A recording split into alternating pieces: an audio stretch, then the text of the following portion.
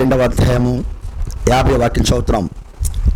పిమ్మట యెహోషాపాతు తన పితరులతో కూడా నిద్రించి తన పితరుడైన దావీదు పురమందు తన పితరులతో కూడా పాతి పెట్టబడెను. అతని కుమారుడైన యెహోరాము అతనికి మారుగా రాజు అయిను.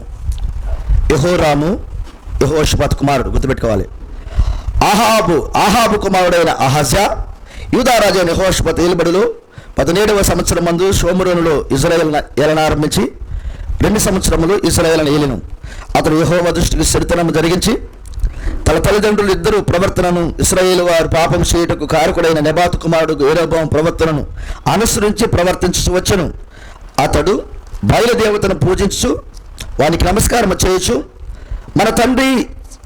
తన తండ్రి చేసిన క్రియలన్నిటి చొప్పున జరిగించు ఇశ్రాయేలు దేవుడిని యెహోవాకు కోపము పుట్టించాను. రోజులా గ్లోరీటుగా హల్లెలూయా. 2వ రాజుల గ్రంథము 1వ అధ్యాయం 1వ వచనం కూడా చదువుతున్నాం. అహాబు మరణమైన తర్వాత మోయాబీయులు ఇశ్రాయేలు వారి మీద తిరుగుబడిరి. అహజ్యా అహాబు కుమారుడు షోమ్రోనులో ఉన్న తన మేడగది కిటికీలో ఉండి కిందపడి రోగి మీరు ఎక్రోను దేవత యొక్క బయలుచేపు వద్దకు పోయి ఈ వ్యాధి పోగొట్టుకుని నేను స్వస్థపడుదునో లేదో విచారించుడని దూతలను పంపగా యెహోవా దూత తిష్బీయుడైన ఏలియాతో ఇలాగూ సెలవిచ్చెను. దేవుడి మాటలు మనకు దీవించుగాక. కూర్చున్నాం. కృప కలుగును గాక. చాలా సమయం ముందుకెళ్ళింది. కూర్చోవాలంతా.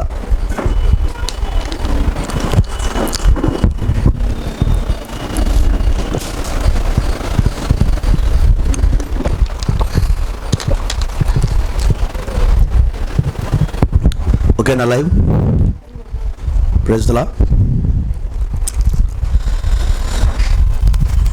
ఈ వారంలో ఇక్కడ వైఫై కూడా ఒకటి పెట్టిద్దాం అనుకుంటున్నాం. మెసేజ్ కొరకొని వైఫై కనెక్షన్ ఒకటి పెట్టిద్దాం అనుకుంటున్నాం. ఇక్కడ చాలా ఇబ్బంది అవుతుంది. సెల్ ఫోన్లో చర్చిలో వైఫై కనెక్షన్ ఒకటి పెట్టిద్దాం అనుకున్నాం. ఇంకొక విషయం ఏంటంటే చర్చిలో ఇక్కడ సమృద్ధి అయిన ఆహారం ఉండేటట్టుగా చూడండి. కొంచెం రైస్ కొంచెము తీసుకొచ్చిన పిల్లలు మా కొరకు తెచ్చిన రైస్ మొత్తం దరిదాపులు ఇక్కడే మేము ఉంచుతున్నాం. అవి కూడా సరిపోవట్లేదు. కొంచెం సండే వాటికి వాస్తవంగా మీరు తీసుకొచ్చినందుకు మేము తిరిగి మిమ్మల్ని దీవించాలి. మా దగ్గర కూడా రావట్లేదు. అర్థమవుతున్నాయా మీకు? ప్రభు మిమ్మల్ని దీవించిన కాక కొంచెము సమృద్ధి రైస్ ఉండేటట్టుగా ఒక పిల్లలు ఇప్పండి. ఓకేనా? అన్నీ ఒకటే కాదు. దరిదాపులో ఇక్కడ వచ్చే కానుకలను నేను అనడం కూడా ఈ చర్చి రెంట్ కోసం ఒకటి, ఎప్పుడైనా మీటింగ్ అప్పుడు దాని అవసరాన్ని బట్టి వాడుతూ ఉంటా. చర్చి రెంట్కి వాడుతూ ఉంటా కానుకలు. ఇక్కడ సండే ఖర్చుకు నేను వాడలేదు. నా డబ్బులు పెడతాను. నేను ప్రతి వారము నా డబ్బులే ఖర్చు పెడతా. ఇక్కడ అది ఎంతైనా కానీ కానుకలను కేవలము రెంట్ వరకు, మీటింగ్లో అప్పుడు ఏదన్నా తక్కువైతే వాటి కొరకు ఏదైనా కొనటానికి, చర్చిలో అవసరమైన కొనటానికి ఉపయోగిస్తున్నాం. అంతవరకే. కానీ కానుకలను డబ్బులు ఎన్నడూ కూడా పైసలు కూడా మేము అలా వాడుకోకూడదు. కాబట్టి కేవలము మీరు ఇచ్చే దశంభాగాలు మాత్రమే ఇక్కడ మా పోషణగా తీసుకుంటాం. అందులోంచి దశంభాగం తీసి మీరిచ్చే దశంభాగం నుంచి కూడా దశంభాగం తీసి మేము వాడుకోవాలి. అది మా క్రమంలో మేము చేసుకుంటా ఉన్నాం. మరి ఇక్కడ ఏంటంటే కొంచెము ఆహారం సమృద్ధిగా ఉండాలి.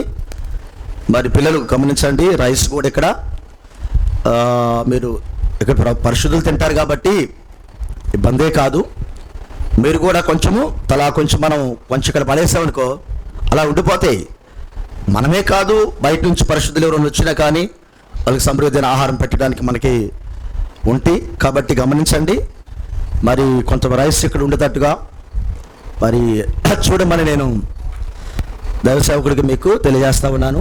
అవన్నీ కూడా ఎందుకంటే సంఘము యొక్క ఆ సంపూర్ణత లేకపోతే సమృద్ధి అనేది విశ్వాసులు గుప్పలు విప్పితేనే ఇక్కడ ఉండుద్ది. గుప్పలు విప్పుడు ద్వారా ఆ దీవులను మీరు తీసుకుంటారు. అర్థమవుతుందా? గుప్పలు విప్పితే ఆ దీవులను మనము తీసుకుంటాం. ఎప్పుడైతే మనం దీవులను తీసుకుంటామో అప్పుడు దీవించబడతాం. Praise the lord. హల్లెలూయా. ఇక్కడే ఉన్నారా? యెహోవాకి ఇచ్చి దరిద్రులైన వారు ఎవరుండరు. ఇచ్చి తీసుకునే వాళ్ళు కావాలంటాడు. అర్థమవుతుందా? ఇచ్చి తీసుకు దేవుడి దగ్గర ఇచ్చి ఆశీర్వాదాలు ఇంటికి తీసుకెళ్లే వాళ్ళు ఆ ఆశీర్వాదాలు తీసుకోవడానికి అలవాటు పడితే నీకు ఈటి ఎంత సంతోషం ఉంటుందో తెలిసిన. అమ్మో దేవుడికి ఇస్తే ఇంత దొరుకుద్దా అనే ఆనందంతో నువ్వు ఎంత ఇస్తావు అంటే అంత ఇస్తావు. దేవుడి దగ్గర తీసుకునే తెలియాలి. అర్థమవుతుంది మీకు? దేవుని దగ్గర నుంచి తీసుకునేది మనకి తెలియాలి. ప్రైజ్ ది లార్డ్, హల్లెలూయా. అలాంటి కృప దేవుడు మనకు దయచేయును గాక. మనం ఈ రోజున ఒక రాజుల గురించి మనం వింటున్నాం. అది కీలకమైన రాజు గురించి గత కొన్ని వారాల నుంచి వింటా ఉన్నాం. అతను ఎవరంటే ఆహాబు రాజు. మనం నేర్చుకున్నాం. ఆహాబు రాజు ప్రభు మనం దీవించును గాక. ఈరోజు అహాబు కుమారుడైన అహజ్యా అనే వ్యక్తి గురించి కొంచెం మాట్లాడతాను నేను. ఈ కాలంలోనే ఒక గొప్ప సన్నివేశాలు, చాలా సన్నివేశాలు జరుగుతాయి ఇక్కడ. ఇది చాలా ఇంపార్టెంట్ సమయం. అది యూదా రాజు, ఇశ్రాయేల్ రాజు. యూదా రాజు, ఇశ్రాయేల్ రాజులు ఇరువురు కలిసి పనిచేసిన ఒక కాలం ఇది. ఎందుకంటే అహాబు యొక్క కూతుర్ని, అంటే యెజ్బెల్ కూతుర్ని యెహోషాపాతు ఒక కొడుక్కి చేసుకుంటాడు. యెహోరాము అహాబుకి అల్లుడవుతాడు. వాళ్ళు ఇరువురు దాయాదులు అవుతారు. ఆయన యూదా రాజ్యాన్ని ఏళ్తా ఉంటాడు యెహోషాపాతు, ఈయన ఇశ్రాయేల్ రాజ్యాన్ని ఏళ్తా ఉంటాడు. కానీ బంధుత్వం కలుపుకుంటారు. పిల్లల్ని ఇచ్చుకొని బంధుత్వాన్ని కలుపుకుంటారు. వాళ్ళు ఇరువురు కలిసి ఏం చేస్తారంటే కొన్ని యుద్ధాలకి వారు కలిసి వెళ్తారు. ఆ సన్నివేశాన్ని ఇక్కడ చూస్తాం. ఈ వీళ్ళు రాజ్యం వెళ్ళే ఈ సమయంలో ఇప్పుడు అహాబు తర్వాత అహజ్యా రంగం మీదకి వస్తాడు. అహజ్యా తర్వాత అహజ్యాకి పిల్లలు ఉన్నారు. అహజ్యా అనే వ్యక్తికి పిల్లలు ఉన్నారు. ఆ కారణం చేత వాళ్ళ సహోదరుడే యెహోరాము అనే రాజ్యానికి వస్తాడు. అతను అహాబు కుమారుడే. యెహోరాము రాజ్యానికి వస్తాడు. యెహోషాపాతు కుమారుడు పేరు కూడా యెహోరామే. ఆ యెహోరాము యూదాని వెళ్తా ఉంటాడు. ఈ యెహోరాము ఇశ్రాయేల్ వెళ్తా ఉంటాడు. ఈ పేర్లు కన్ఫ్యూజ్ అవుతూ ఉంటాయి ఇక్కడ. చాలా మంది రాజులు, ఆ రాజులు ఈ రాజుల పేర్లు ఒకలాగా ఉంటాయి. చాలా మంది ప్రవక్తల పేర్లు కూడా ఒకలాగా ఉంటాయి. కాబట్టి అక్కడ మనం కొంచెం కన్ఫ్యూజ్ అవుతూ ఉంటాం. అహాబు కుమారుడు అహజ్యా ఆయన చనిపోయే సమయంలో అతని పిల్లలు ఉండరు. కాబట్టి రాజరికానికి వాళ్ళ తమ్ముడే వస్తాడు, యెహోరాము వస్తాడు. యెహోరాము రంగం మీదకి వచ్చినప్పుడు యెహోరాము అక్కడ యెహోషాపాతు కుమారుడు యెహోరాము ఇరువురు రాజ్యం ఒక కాలం ఉంటుంది. ఆమేన్, హల్లెలూయా. ఆ యెహోరాముకి ఒక కొడుకు పుడతాడు. అతని పేరు అహజ్యా. మరలా ఎవరు? వాళ్ళ మేనమామ పేరు పెట్టుకుంటాడు. హల్లెలూయా. ఎవరు? యెహోరాముకి ఒక కొడుకు పుడితే అతనికి వాళ్ళ మామ పేరు పెట్టుకుంటాడు. వాళ్ళ మామ ఎవరు? అహజ్యా పేరు పెట్టుకుంటాడు. మళ్ళీ అప్పుడు ఆయన యూదా రాజు అనమాట. యెహోరాముకు కుమారుడు పుడితే అహజ్యాని పెట్టుకుంటాడు. ఆ అహజ్యా ఈ యెహోరాము కాలంలో ఒక గొప్ప సంఘటన జరిగింది. అవే ముందుకెళ్ళిన తర్వాత చూస్తాం. హల్లెలూయా. ఈ రాత్రి కాలంలో ఒక ఇంట్రెస్ట్గా మనకి బాగా ఉండేది ఏంటంటే ఆమేన్, హల్లెలూయా. దేవాతి దేవుడు ఈ రాజుల కాలంలోనే ఒక మంచి పునాదిని సంఘానికి వేశాడు. సంఘం యొక్క ఆ స్థితిని ఈ కాలంలోనే ఆయన దాన్ని స్థిరపరిచాడు. ఈ కాలంలోనే దాన్ని ఈరోజు చూద్దాం. ప్రైజ్ ది లార్డ్, హల్లెలూయా. ఇప్పుడు మనము అహాబు రాజు కుమారుడు అహజ్యా గురించి కొంచెం మాట్లాడతాను నేను.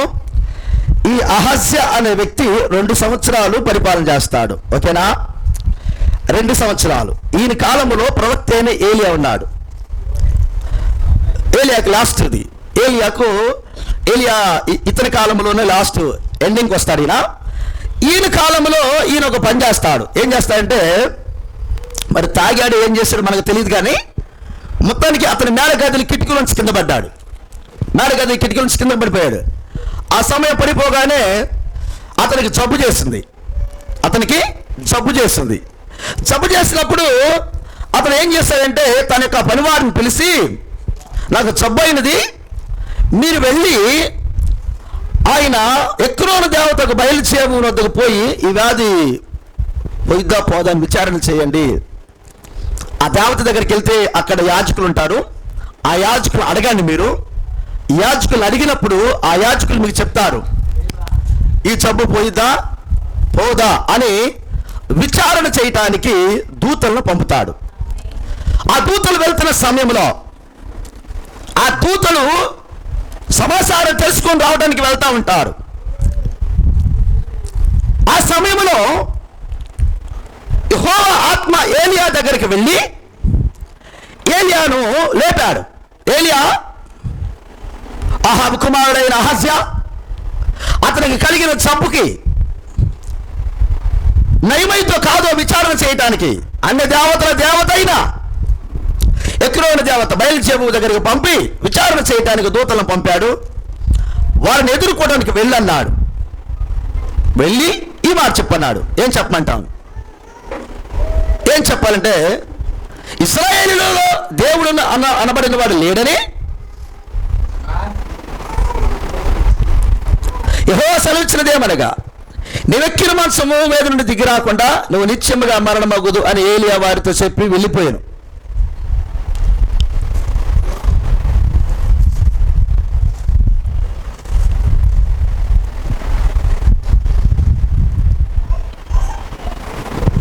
నీవెక్కిన మంచం దిగవు, ఆ మంచం మీద చచ్చిపోతావు అని చెప్పి ఒక వర్తమానం పంపి, ఆ దూతల శాత వర్తమానం పంపి చెప్పి వెళ్ళిపోయాడు. ఆ దూతలకు వర్తమానం చెప్పి ఇతను వెళ్ళిపోయాడు. వాళ్ళు విచారణ చేయడానికి బయలుచేపు దగ్గరికి వెళ్లకుండా ఇంటికి వెళ్ళి రాజుకు చెప్పారు. అప్పుడు రాజు అడిగేసరికల్లా దూతలు ఇలా చెప్పారు, ఒక వ్యక్తి కనబడి ఇలా మాట్లాడాడయ్యా అని, ఇశ్రాయేలు దేవుడు అన్నవాడు లేడనుకొని ఎక్రోను దేవతకు బయలుసేము వద్ద విచారణ చేయటకు నువ్వు దూతలను పంపుచున్నావే, నీవెక్కిన మంచం మీద నుండి దిగి రాకుండా నిత్యముగా నీవు మరణమగుదు అని అతడు పలికినని వాడు చెప్పగా, మిమ్మల్ని ఎదుర్కొని వచ్చి ఈ మాట చెప్పిన వాడు ఎలాంటి వాడని రాజు అడిగను. అందుకు వారు అతడు గొంగలి ధరించుకొని నడుమునకు తోలుదట్టి కట్టుకుని వాడని ప్రత్యుత్తరం ఇయ్యగా, ఆ మనుషుడు తిష్బీయుడని ఏలియా అని అతడు చెప్పాను. ఆ మనుషుడు ఎవరో కాదు కానీ తిష్బీయుడైనా ఏలియా, మా నాన్నతో సవాలు చేసిన ఏలియా, మా నాన్న చచ్చిపోతారని ప్రవశించిన ఏలియా, మా అమ్మ మాంసాన్ని కుక్కలు తింటే అని చెప్పిన ఏలియా, మా నాన్న రక్తం కుక్కలు నాకుతే అని చెప్పిన ఏలియా. హల్లెలూయా. ఈ మాట అర్థమవుతుంది మీకు? అంటే రాజైన మా నాన్నని, రాణైన మమ్మని భూమి మీద మా కళ్ళ ముందే వాళ్ళు ఎలా చచ్చిపోతారో చెప్పిన ఏలియా. అట్లాగే మా నాన్న చచ్చిపోయేది నా కళ్ళతో చూశాను, మరి మమ్మ చచ్చిపోవడం కూడా చూస్తానేమో. మరి అది ప్రవశించిన ఏలియా అతడే. హల్లెలూయా. ఇప్పుడు ఏలియా కాదు కానీ ప్రవశిస్తుంది, దేవుడే ప్రవశిస్తున్నాడు అక్కడ. హల్లెలూయా. అంటే ఇప్పుడు ఏలియాను చూస్తుంటే ఎవరిని చూస్తున్నామంటే దేవుణ్ణే చూస్తున్నాం మనం. ఆమేన్. ఇప్పుడు దేవాతి దేవుడు స్వయంగా రంగం మీదకి దిగొచ్చి ఆ ఇశ్రాయేలు దేశానికి ఏం జరుగుతుందో ముఖాముఖిగా మాట్లాడుతున్న సమయం అది. ఆమేన్. కాబట్టి ఇప్పుడు ఆ అహజ్యాకి అర్థమైపోయింది, అంత ఖచ్చితంగా తిష్బీయుడైనా ఏలియానే.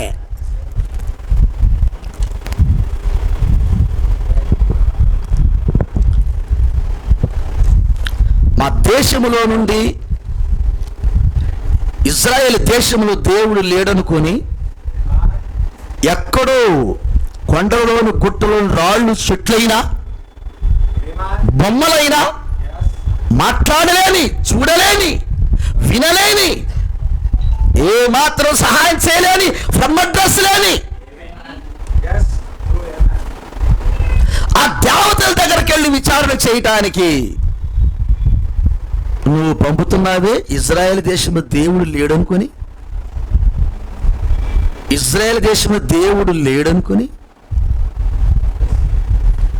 కర్ణప్రసాద్ దగ్గరికి వెళ్తున్నాను, శకులు గారి దగ్గరికి వెళ్తున్నావు, గాయని విద్య చేసేవాడి దగ్గరికి వెళ్తున్నావు. ఇశ్రాయేలు దేశంలో దేవుడు లేడనుకొని బయల్సెబూబు దగ్గరికి వెళ్తున్నావు. విషయం ఏంటంటే నువ్వు ఎక్కిన మంచము దిగు. ఏమి నేర్పుతుంది ఆ మాట మనకి? ఏమి నేర్పుతుంది ఈరోజు మనకి ఆ మాట? దేవాతి దేవుడు నీ శరీరంలో నివాసం చేయవలసి ఉండగా ఇశ్రాయేలు దేశంలో దేవుడు ఉన్నాడు, ఇప్పుడు నీ శరీరంలో దేవుడు ఉన్నాడు. ఉన్నాడా? ఇశ్రాయేలు దేశంలో దేవుడు ఉన్నాడు, ఇప్పుడు నీ శరీరంలో దేవుడు ఉన్నాడు. నీలో దేవుడు లేడు అనుకొని నువ్వు దేవతల దగ్గరికి వెళ్ళి విచారణ చేయాలనుకుంటున్నావే. క్రైస్తవుడివేనా? క్రైస్తవుడివేనా? దేవుని ఆత్మ నీకుందా? దేవుడి బిడ్డవేనా? ఎక్కడికో వెళ్ళి విచారణ చేయాలని నీలో ఉన్న దేవుణ్ణి శక్తి లేని దేవుడిగా ఆలోచన చేశావే. క్రైస్తవుడివేనా? క్రైస్తవుడివేనా? ఎక్కిన మంచం దిగవు పో అన్నాడు. నువ్వు ఎక్కిన మంచం దిగవు అనగానే అతను ఈ రూపంలో ఉన్నాడు చెప్పగానే అతను పట్టుకొని రండి అని పంపించాడు. అహజ్యా మంచం మీద ఉండి ఒక 50 మంది వెళ్ళారు. ఆయన కొండ మీద ఉన్నాడు. కొండ దిగిరా దైవజనుడు, కొండ దిగిరా అన్నాడు. కొండ దిగిరాలేదు ఆయన. దురుసుగా మాట్లాడాడు ఆ సైన్యాధిపతి ఎవరో. ఒకవేళ నేనే దైవజనుడు అయితే ఆకాశం నుండి అగ్ని దిగివచ్చి మిమ్మల్ని దహించునుగాక అన్నాడు. 50 మంది దహించబడ్డారు అక్కడ. కొంచెం గమనించండి దీన్ని. ఆకాశం నుంచి అగ్ని దిగి 50 మందిని కాల్ చేసింది. ఇంకొక బెటాలియన్ అక్కడికి వెళ్ళింది. అదే మాట అతను కూడా అన్నాడు. ఒకవేళ నేనే దైవజనుడు అయితే ఆకాశం నుంచి అగ్ని దిగొచ్చి మిమ్మల్ని కూడా దహించునుగాక అని. మరలా ఆకాశం నుంచి అగ్ని దిగింది. గమనిస్తున్నారా? అగ్ని ఆకాశం నుంచి దిగుతుంది, భూమి నుంచి రావటలా. అగ్ని ఆకాశం నుంచి దిగుతుంది అంటే యెహోవా నోటి మాటతో అగ్ని ఎక్కడి నుంచైనా వస్తుంది. ఏమైనా హల్లెలూయా. ఆకాశం నుంచి అగ్ని దిగుతుంది. రెండోసారి మరొక 50 మందిని దహించి వేసింది. అప్పుడు 3వ బెటాలియన్ కూడా వెళ్ళింది అక్కడికి. ఏమాన్ అప్పుడు అతడు ప్రాధేయపడ్డాడు. ఈ 50 మంది ప్రాణములను నా ప్రాణములను నీ దృష్టికి ప్రియముగా ఎంచయ్యా నా యజమానుడా, ప్రియముగా ఎంచయ్యా మా ప్రాణాలను అని బ్రతిమలాడాడు ఆ సైన్యాధిపతి. అప్పుడు బ్రతిమలాడగా ఆయన కొండ మీద ఉన్నాడు. ఆ కొండ మీద ఉన్నప్పుడు యెహోవా ఆత్మ అన్నది ఇతనితో కూడా వెళ్ళిపో, నువ్వు వెళ్ళి అక్కడికి అన్నాడు. నీకేం జరగకుండా నేను చూసుకుంటాను అన్నాడు. గ్లోరీ. వానితో కూడా దిగిపోమ్మని ఏలియాకు సెలవిచ్చాను కనుక అతను లేచి వానితో కూడా రాజు వద్దకు వచ్చాడు. నువ్వు దిగిపోతంతో అన్నాడు. ఈ సన్నివేశం ఒక మీరు నాటకీయంగా అంటే అది మీ మైండ్లోకి రానియండి, దేవుడు ముగించాక. ఏలియా అది ఆఖరి పరిచర్య, ఆఖరిగా ఆయన చేస్తున్న పరిచర్య ఇది.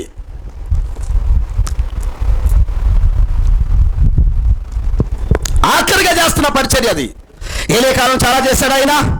ఈయన ఆఖరిగా ఆయన పరిచర్య చేస్తా ఉన్నాడు. ఆకాశం నుంచి అగ్ని దిగింది. ఆకాశం నుంచి అగ్ని దిగి 100 మందిని దహించి వేశాడు. ఇక దేశమంతా ఆ వార్త వెళ్ళిపోయింది. 100 మందిని బూడిద చేశాడంటే ఏలియా. ఇశ్రాయేలు దేశంలో ఒక రోషం కలిగిన ప్రవక్త ఉన్నాడు, వాక్యం కొరకు రోషం కలిగిన ప్రవక్త ఉన్నాడు. ఒక ప్రవక్త పాపం చేసేవాడైతే దేవుడు కార్యాలు చేయడు. ఒక ప్రవక్త వ్యభిచారి అయితే దేవుడు కార్యాలు చేయడు. ఒక ప్రవక్త దొంగ అయితే దేవుడు కార్యాలు చేయడు.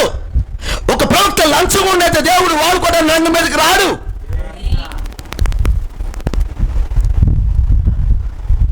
తన శరీరాన్ని దేవుడికి ఇవ్వడానికి పిసినారైతే దేవుడు వాడుకోలేడు.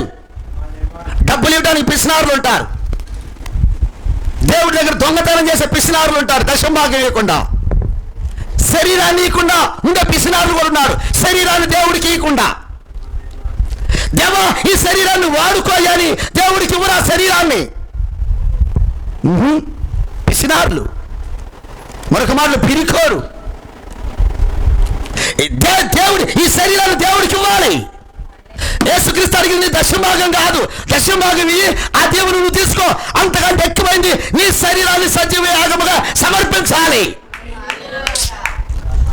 దేవుడి కార్యములు మన జీవితంలో జరగాలంటే, దేవుడు మన ద్వారా లోకానికి బయలుపడాలంటే మన శరీరాన్ని దేవుడికి ఇచ్చి ఉండాలి. మన శరీరం దేవుడు వాడుకోవడానికి ఈ శరీరాన్ని దేవుడికి ఇచ్చి ఉండాలి. దేవుడికి ఇచ్చిన రోజునే పిరిగితనం పోతుంది. ఏలియా ఆల్రెడీ శరీరాన్ని ఇచ్చున్నాడు.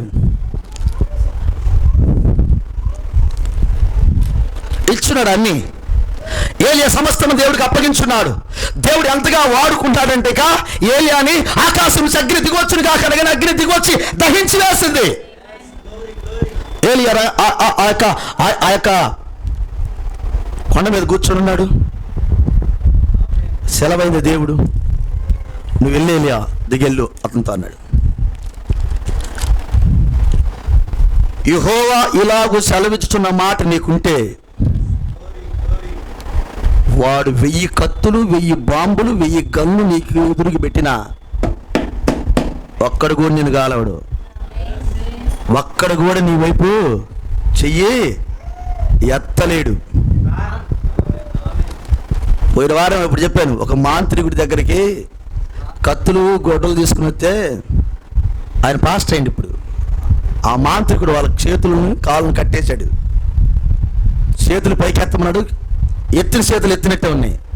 కాళ్ళు వెనక్కి పెట్టమన్నాడు, వెనక్కిపోయిన కాళ్ళు వెనక్కే ఉన్నాయి.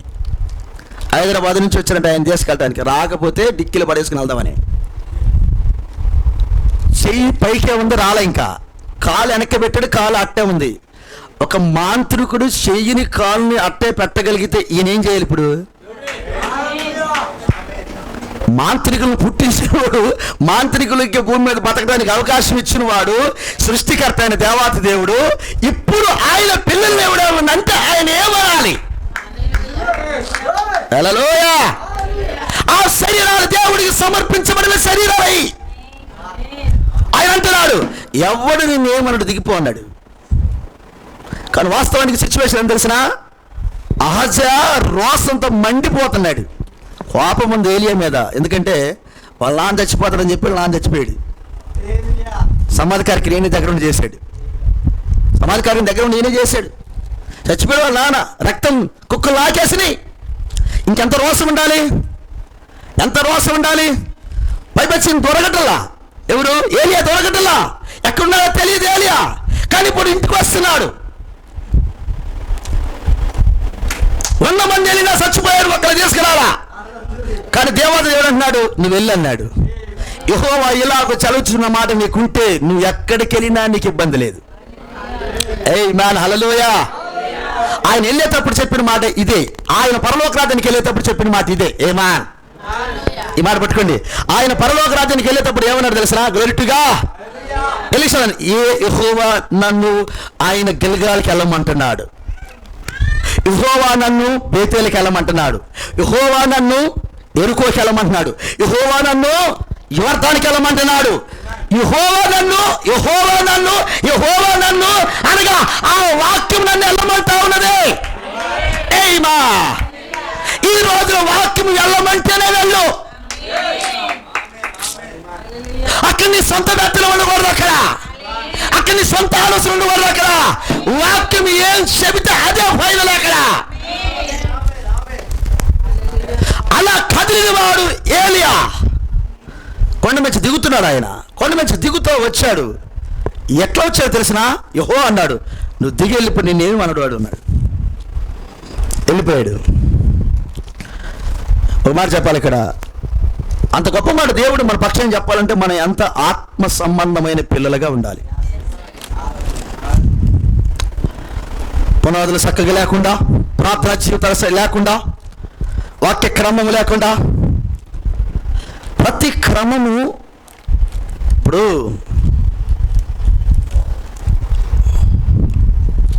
ఒలింపిక్స్ జరుగుతుంది, ఇప్పుడు ఫైనల్కి వచ్చింది అనుకుంటుంది. నీరజ్ చోప్రా అనే ఒక వ్యక్తి జావలిన్ త్రోలో గోల్డ్ మెడల్ కొట్టాడు. ఈరోజు పేపర్ వేశారు, అది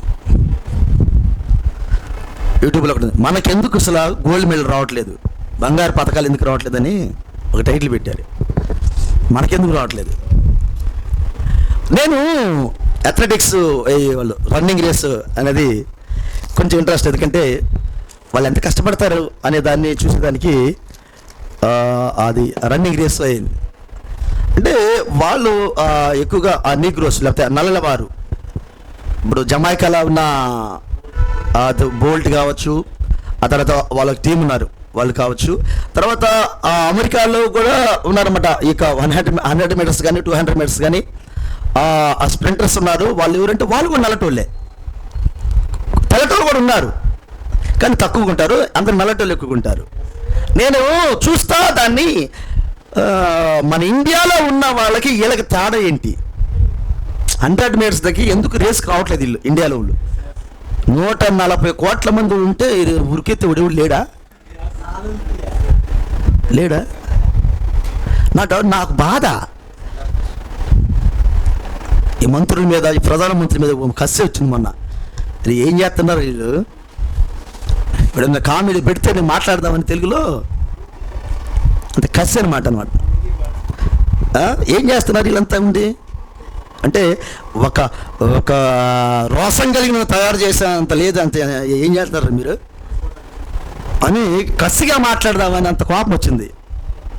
అంటే ఇంత 140 కోట్ల మందిలో రన్నింగ్ రేస్కి తయారు చేసేందుకు లేదు, ఎవడు దొరకలేదు మీకు?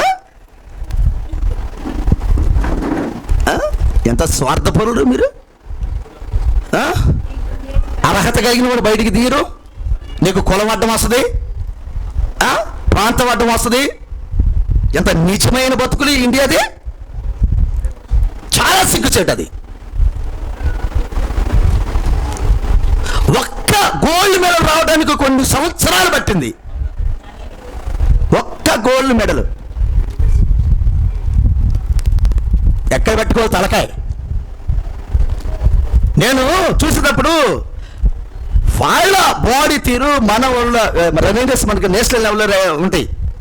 నేషనల్ లెవెల్లో రన్నింగ్ రేస్కి వచ్చిన వాళ్ళు ఉంటారన్నమాట పిల్లలు. వాళ్ళు చూస్తే వాళ్ళ బాడీ తీరికి వీళ్ళ బాడీ తీరికి తేడా ఉంది. నాకు కొంచెం అవగాహన అయింది. అంటే వాళ్ళ ఫిట్నెస్కి వీళ్ళ ఫిట్నెస్కి చాలా తేడా ఉంది.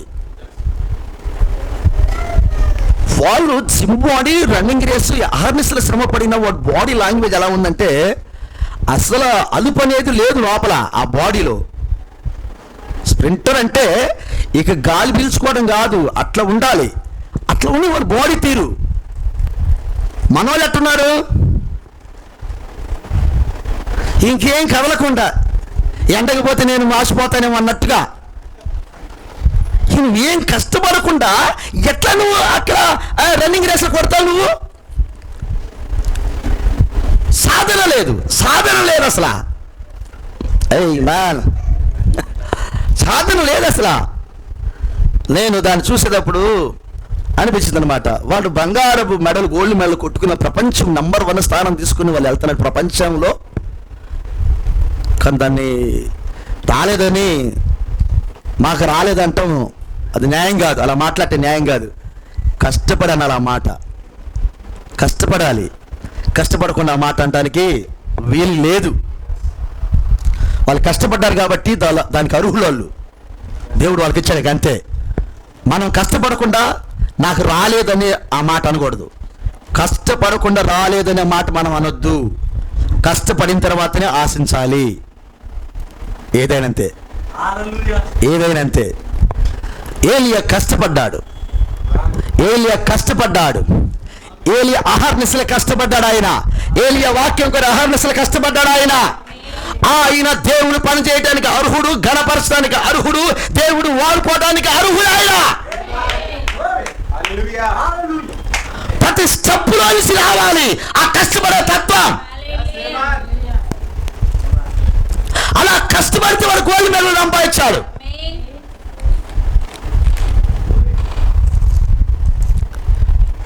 ఒక్క పాయింట్ పెరిగితే చాలు అని రోజుకి ఎన్నిసార్లు ఉరుకుతాడు వాడు. ఒక్క పాయింట్ పెరిగితే చాలని. అలా కష్టపడి అహర్నిశలు సంవత్సరం అంతా 4 సంవత్సరాలు ప్రాక్టీస్ చేస్తే అక్కడికి వచ్చిన తర్వాత అతనికి ఆ గోల్డ్ మెడల్ తీసుకుంటాడు అతను. అంత సాధనం అది, అంత సాధనం. దాన్ని ఏలియాలో చూస్తావు నువ్వు, దాన్ని ఏలియాలో చూస్తావు. యెహోవా ఇలాగ సెలవిస్తున్నాడు, యెహోవా పొమ్మంటున్నాడు, నేను వెళ్తున్నాను. యెహోవా వెళ్ళమంటున్నాడు, నేను వెళ్తున్నాను. యెహోవా ఈ పని చేయమని చేస్తున్నాడు. యెహోవా చెప్పకుండా ఏ పని చేయలా.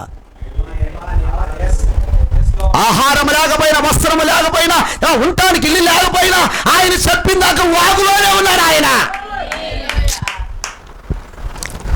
అంతే మనం కూడా. దేవుడు ప్రేరేపణ ఇవ్వకుండా మనం ఎన్నడూ కూడా ఆ పని చేయడానికి వెళ్ళలేము.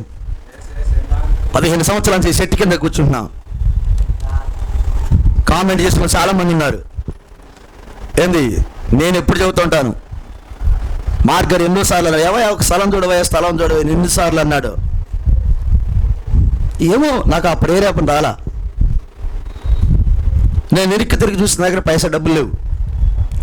పోనీ మీ ముఖాలకి వెళ్ళి చూస్తే మీరు కూడా నాకు సపోర్ట్ చేసేంత పరిస్థితుల్లో లేరు. బాకీ చేస్తాను తీర్చుకునే కెపాసిటీ కూడా నాకు లేదు. ఈరోజు కొంచెం ఉంది ధైర్యం నాకు, ఈఎంఐ కడతాలే అనే ఒక ధైర్యం ఉంది. కొంచెం ఏదైనా తీసుకుంటే అది కూడా కొంచెం ధైర్యం పడ్డా. దానికి కూడా దేవుడు సహాయం కావాలి, దేవుడు ఒక ప్రేరణ కావాలి. ఏలియా దాని కొరకు ఎదురు చూశాడు. ఆయన ఎన్ని సంవత్సరాలు ఆయన ఎదురు చూస్తేనో ఆయన 4-5 కార్యాలు చేసి వెళ్ళాడు. ఎన్ని సంవత్సరాలు. ఇప్పుడు ఆయన పిలిచాడా? ఎన్ని సంవత్సరాలు ఆయన అడవిలో కూర్చుంటూ వచ్చింది ఈ మాట అక్కడికి.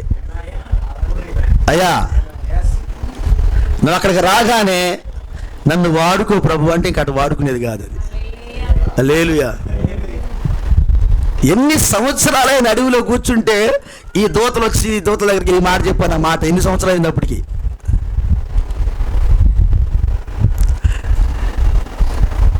కానీ ఆ మాట కొరకు ఎదురు చూసిన వాడు ఏలియా. ఇప్పుడు ఏలియా రంగం మీదకి వచ్చాడు. చాలా జాగ్రత్తగానండి. ఏలియా ఆయన అగ్ని దించాడు. వర్తమానం దేశం అంతా వెళ్ళిపోయింది. 100 మందిని అగ్నితో దహించి వేశాడు ఏలియాని. రాజుకు కోపం మండుతుంది. మండదా మనోళ్ళని ఒకరిని కొట్టాడంటేనే మండిద్ది మనకి. అరే వాడు కొట్టినట్ట మన వాళ్ళని అని. ఏకంగా 100 మందిని బూడిద చేసిందంటే ఇంకెట్టుండితే రాజుకు మండిపోతా ఉంది. ఇప్పుడు అంతఃపురానికి రాజు గదికి వెళ్ళిండి. రాజు గదికి వెళ్ళిన తర్వాత ఏలియా వచ్చాడయ్యా అన్నాడు. వచ్చాడు ఏలియా. ఎక్కడికి తీసుకొచ్చారా వాళ్ళు? నెక్స్ట్ బెటాలియన్ నీళ్ళు తీసుకొచ్చింది అనగానే లోపలికి గదికి రమ్మన్నాడు. లోపలికి వెళ్ళి అంత హాట్ టాపిక్ కదా మరి. ఏలియా వస్తుంటే వామ్ము 100 మందిని చంపిన అగ్నితో బూడి చేసిన ఆయన మన అంతఃపురానికి వస్తున్నాడు. ఇప్పుడు చూడటానికి బారులు తీరుంటారు నాకు తెలిసి. అలా చూస్తున్న సమయంలో ఏలియా గెస్ట్ అయినా, ఎందుకంటే కంబలుంది, మల చుట్టూ తోలుదట్టుంది, సూట్ లేదేమి. హల్లెలూయా. చూడదగిన సూట్ కూడా ఆయనకి లేదు. కాబట్టి ఆ కమ్మని కప్పుకున్నాడు, ఆ తోలు అలా చుట్టుకున్నాడు. ఆయన అలా అంతఃపురంలోకి వెళ్ళాడు. ఆయన డ్రెస్ చూడగానే ఆయనకి అర్థమైంది రాజుగారికి, అహజ్యా గారికి, ఎస్ ఈయన ఏలియానే. మా నాన్న దగ్గరికి వచ్చాడు. నేను చూశాను. నేను చిన్నపిల్లగాడు ఉన్నప్పుడు మా నాన్న దగ్గరికి వచ్చినప్పుడు నేను చూశాను. నేను నా పగవాడా నేను నీ చేతికి చిక్కాను అనగానే నా చేతికి నువ్వు చిక్కావని మా నాన్నతో ఇప్పుడు నేను పక్కనే ఉన్నా. హల్లెలూయా. ఆ రోజు చూసే ఈ డ్రెస్సు, ఇదే డ్రెస్ ఈ ఏలియాది. చెప్పు ఇప్పుడు చెప్పు ఏంటంట ఇలా అన్నావంట. ఏదో మరి సంభాషణ జరుగుంటే అలా ఏం రాయలేదు, కానీ డైరెక్ట్గా ఈయన మాట్లాడినట్టుంది అక్కడ. మన హల్లెలూయా. అప్పుడు ఆయన ఏమన్నాడంటే, ఆ తర్వాత రాజును చూసి 16వ వచనం, విచారణ చేయటికి ఇశ్రాయేలు వారి మధ్య దేవుడన్నవాడు లేడనుకొని నువ్వు ఎక్కువ దేవతకు బయలు చేపునొద్దా విచారణ చేయటికి దూతను పంపితివే. విచారణ చేయటకు దూతను పంపితివే ఎక్కడికి? ఇజ్రాయేల్ దేశంలో దేవుడు లేడనుకొని పక్క దేశానికి పంపితివే. ఆమేన్. హల్లెలూయా.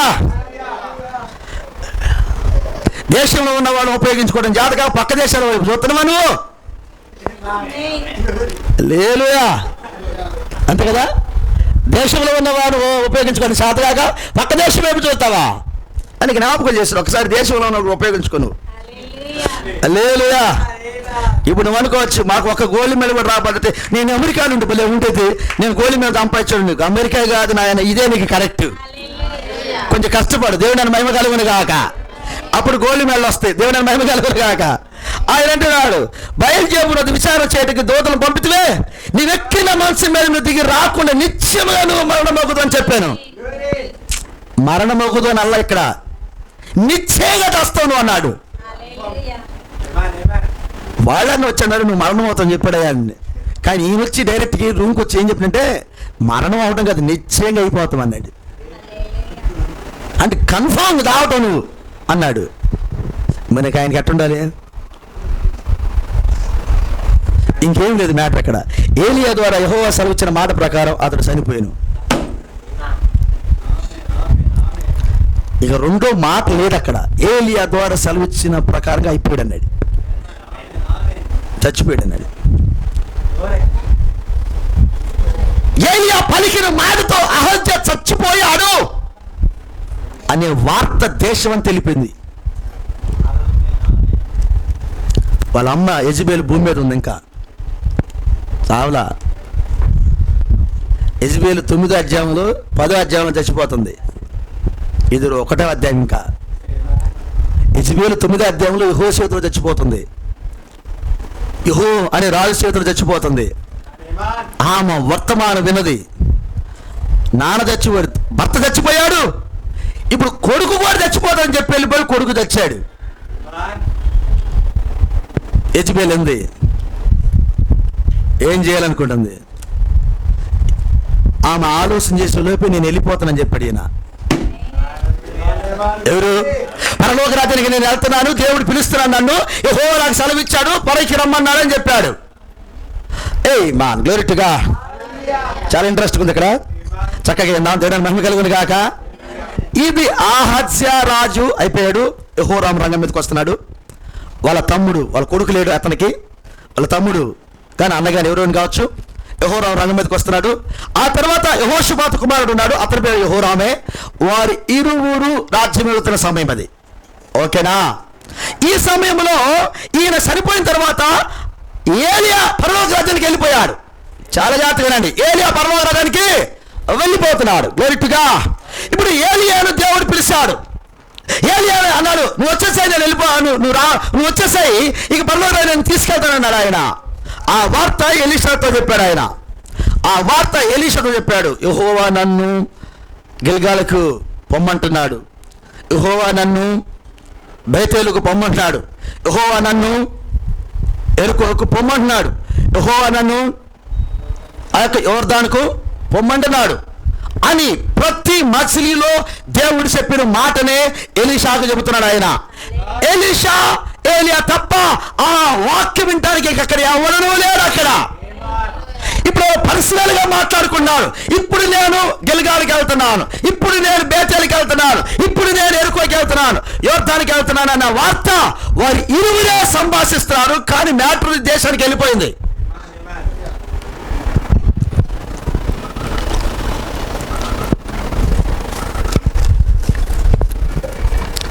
బేతేలు యుద్ధం ఒక 50 మంది శిష్యులు వచ్చి అడిగారు, ఈరోజు నువ్వు మీ యొక్క గురువుగారు పరలోక రాజ్యానికి వెళ్తున్నారంట కదా అని. ఎస్, నాకు తెలుసు, మీరు ఊరుకోనండి.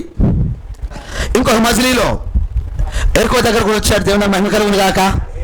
మీ గురువు గారు పరలోక రాజ్యానికి వెళ్ళిపోతానంట కదా ఈ రోజున, నీకు తెలుసా? ఎస్, నాకు తెలుసు, మీరు ఊరుకోనండి. ఏమాన్ ప్రయాణం కొనసాగుతూ ఉన్నది. ఏలియా పరలోక రాజ్యానికి వెళ్ళే సమయంలో ఆ పరలోక రాజ్యాన్ని ఆశించిన మరొక వ్యక్తి వెంటబడతా ఉన్నాడు అక్కడ. ఏమాన్ హల్లెలూయా. పరలోక రాజ్యాన్ని ఆశించిన మరొక వ్యక్తి వెంటబడతా ఉన్నాడు అక్కడ. ఏమా ఒకవేళ నువ్వు పరలోక రాజ్యాన్ని ఆశిస్తే ఈ కాలపు వర్తమానాన్ని అట్లాగే వెంటబడతా, ఈ కాలపు వర్తమానాన్ని ఆ రీతిగా వెంటబడతా. ఏమాన్ హల్లెలూయా. రుజువు చేయబడిన వర్తమానం, రుజువు చేయబడిన వర్తమానము, నీ కళ్ళతో చూసిన వర్తమానం అదే, నీ చెవులతో విన్న వర్తమానం అదే, అది వాక్యముతో సరిపోయిన వర్తమానం అదే. ఏమా వాక్యం బహు రోషం కలిగింది, వాక్యానికి రోషం ఉన్నది. ఆ వాక్యం ఎవరు లోపల వాళ్ళు కూడా రోషమే. వాళ్ళు రాజీ పడరు, సగం తెలుసుకోవడానికి ఇష్టపడరు, సగం చూడటానికి ఇష్టపడరు. హల్లెలూయా. ఆయన అందుకెళ్ళాడు, నువ్వు ఇక్కడ ఆగు, గిల్గాల్ దగ్గర ఆగు అంటున్నాడు. నేను ఆగనన్నాడు ఆయన. యెహోవా అతిశయంతో నిశ్చయంతో నిన్ను వదిలిపెట్టు నేను అన్నాడు. బేతేల్ దగ్గర ఆగు, నేను ఇక్కడ ఆగనన్నాడు ఎలీషా. హల్లెలూయా. ఎరుకో దగ్గర ఆగుతావా? కాదు, నేను ఎరుకో దగ్గర కూడా ఆగనన్నాడు. ఏమాన్, యోర్దాను కాడ ఆగుతావా? యోర్దాను దగ్గర కూడా నేను ఆగనన్నాడు. నీతో పాటు వస్తానని దాటిన తర్వాత అన్నాడు, ఎంత దూరం ప్రయాణం చేశావు, నాలో నువ్వు ఏం ఆశించి వచ్చావు ఇక్కడికి? ఏం కావాలి నీకు? ఏం ఆశించావు? ఇన్ని సంవత్సరాల ఏడాదిలో నా చేతుల మీద నీళ్ళు పోసావు, ఎవరు లేరు నా సంఘం, నేను ఒక్కడే ఉంటే నాకు పరిచయం చేశావు. ఒక్కడే ఏలియాకి పరిచయం చేశాడు ఎలీషా. ఆయన చేతుల మీద నీళ్ళు పోసినట్టుంది బైబిల్లో. కొన్ని 100 మంది సంఘం ఉంటే పాస్టర్ గారికి 100 మందిలో 10 మంది అయినా కానీ ఏదో దశం భాగం ఇస్తే ఆయనకి ఏదో టిఫిన్ డబ్బులు వస్తే నాకు కూడా కొంచెం టిఫిన్ పెట్టచ్చు. కొంచెం నిరీక్షణ ఉంది. అసలు విశ్వాసలే ఉండలేడు. ఇక దశం భాగాలు ఇచ్చే దేవుడు ఉన్నాడు, కానుకలు ఇచ్చే దేవుడు ఉన్నాడు. ఒకవేళ విశ్వాసాలు ఉంటే ఎలీషా గారే.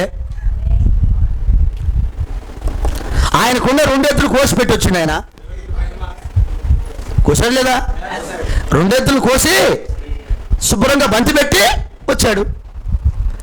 ఇప్పుడు ఏలియా దగ్గరకు వచ్చాడు. మరి ఆహారం ఎటు నుంచి వచ్చింది వీళ్ళకి? కొన్ని నమ్మలేని నిజాలు. ఏం నిజాలు? కొన్ని నమ్మలేని నిజాలు. నువ్వు నమ్మలేవు. నువ్వు కూడా వాక్యంలోకి వస్తే నమ్ముతూ, లేకపోతే నీకు అర్థం కావాయి. హల్లెలూయా. కొన్ని కార్యాలు, దేవుడు చేసే కార్యాలు నీకు అర్థం కావు. ఎలా జరిగింది? ఇప్పుడు ఏలియాకే అన్నం తర్వాత కష్టమైతే ఎలీషాకి అన్నం అట్టు పెట్టుంటాడు ఆయన. ఎట్ట వండుకున్నారు, ఎట్ట తిన్నారు, ఏడున్నారు, ఇది ఏం లేదు కదా అప్డేటు. కానీ ఒక విషయం అయితే ఉన్నది, వెంబడించేటప్పుడు ఇన్ని సంవత్సరాలు నేను వెంబడించావు, నా చేతుల మీద నీళ్లు పోసావు, నీకేం కావాలి? అప్పుడు ఆయన లాస్ట్గా కోరుతుందంటే నీ ఆత్మలో 2 ఆత్మలు కావాలి, నాకు 2 పాలు నీ ఆత్మ కావాలన్నాడు. ఓరి హల్లెలూయా. ఎస్, నువ్వు కోరింది చాలా మంచి విషయమే, అది సాధ్యమయ్యేది కాదు. ఒకవేళ నేను వెళ్ళిపోవడం కానీ నువ్వు చూస్తే అది నీకు కలిగితే అన్నాడు. దానికైనా నేను రెడీగా ఉన్నాడు. హల్లెలూయా. అబ్బా, ఇక్కడ నాకు చాలా ఇష్టమైన మాట. ఎలీషా చాలా రెడీగా ఉన్నాడు. ఎలీషా చాలా ప్రార్థనా పరుడై ఉన్నాడు.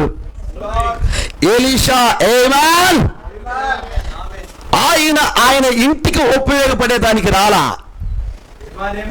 వాళ్ళ అమ్మా నాన్న గురించి అన్నది ఆలోచన చేయలా. సార్, ఎలియా గారు, మా అమ్మ మా నాన్న ఎలా ఉన్నారు చూసేస్తా కొంచెం వెళ్ళి. వాడు మార్గారు ఫోన్ చేసి, మార్గారు అన్నాడు, ఒక జంటను తీసుకెళ్ళాము షాప్ కోసం అని. అంటే నెల తిరగకముందు మా ఇంటికి వస్తూ ఉంటారు వాళ్ళు. ఏం చేస్తారు వీళ్ళు? నెల తిరగక ముందే మా ఇంటికి వెళ్ళి వస్తాం, ఛార్జీకి డబ్బులు అంటారంట. వచ్చింది దేనికి? సేవకి. వచ్చింది సేవకి. నెల తిరగక ముందే ఛార్జీకి డబ్బులు ఇవ్వ, మా ఇంటికి వస్తాం, మేము మమ్మల్ని చూడాలి, మా నాన్న చూడాలి. అమ్మ నాన్న చూడాలి. ఇప్పుడు 2,000 రూపాయలు కావాలి మళ్ళీ. 3 సంవత్సరాలు చూసిన తర్వాత మార్గం ఏం బ్రదర్ వీళ్ళు? ఏ చిన్నపిల్లలు అడిగాడు, మా అమ్మ మీద బెంగేస్తుంది, మా నాన్న మీద బెంగేస్తుంది. పేరు చెప్పలే నేను. చూసి ఆయనకు అనిపించింది, వీళ్ళు సేవకు పనికొచ్చేవాళ్ళు కాదులే, మెమ్మల దగ్గర ఉండని పంపించాడు.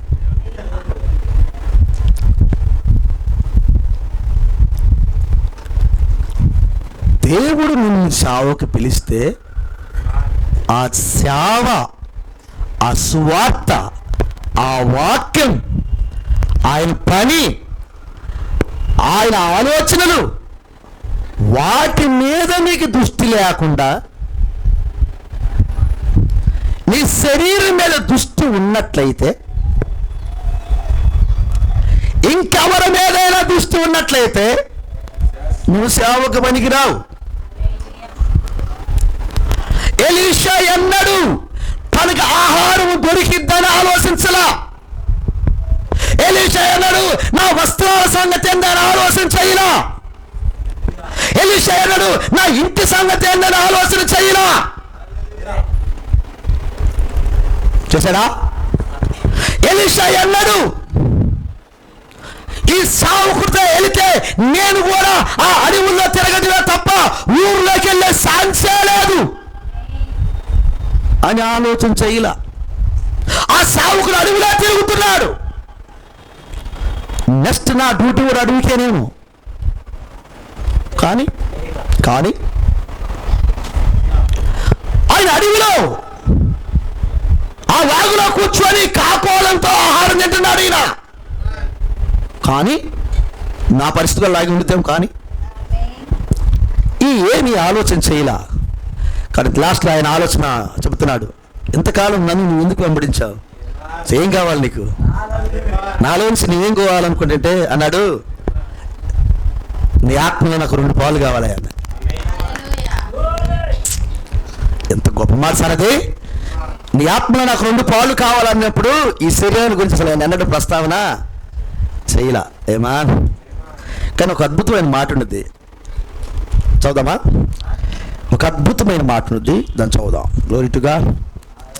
2వ అధ్యాయము 12వ వాక్యంలో, 2వ రాజుల గ్రంథం 2వ అధ్యాయం 12వ వచనంలో ఒక మాట ఉన్నది, చదువుదామా? గ్లోరీ. ఎలీషా అది చూసి, నా తండ్రి ఇశ్రాయేలు వారికి రథమును రౌతులను నీవే అని కేకలు వేసెను.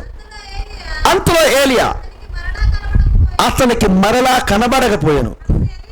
అప్పుడు ఎలీషా తన వస్త్రమును పట్టుకొని, ఇక్కడ కొంచెం నిలబడండి. ఎలీషా దగ్గర ఆల్రెడీ ఒక వస్త్రం ఉంది. ఏలియా వెళ్ళేటప్పుడు ఎలీషా దగ్గరకు ఆల్రెడీ ఒక వస్త్రం ఉంది. ఎలీషా వస్త్రం అది.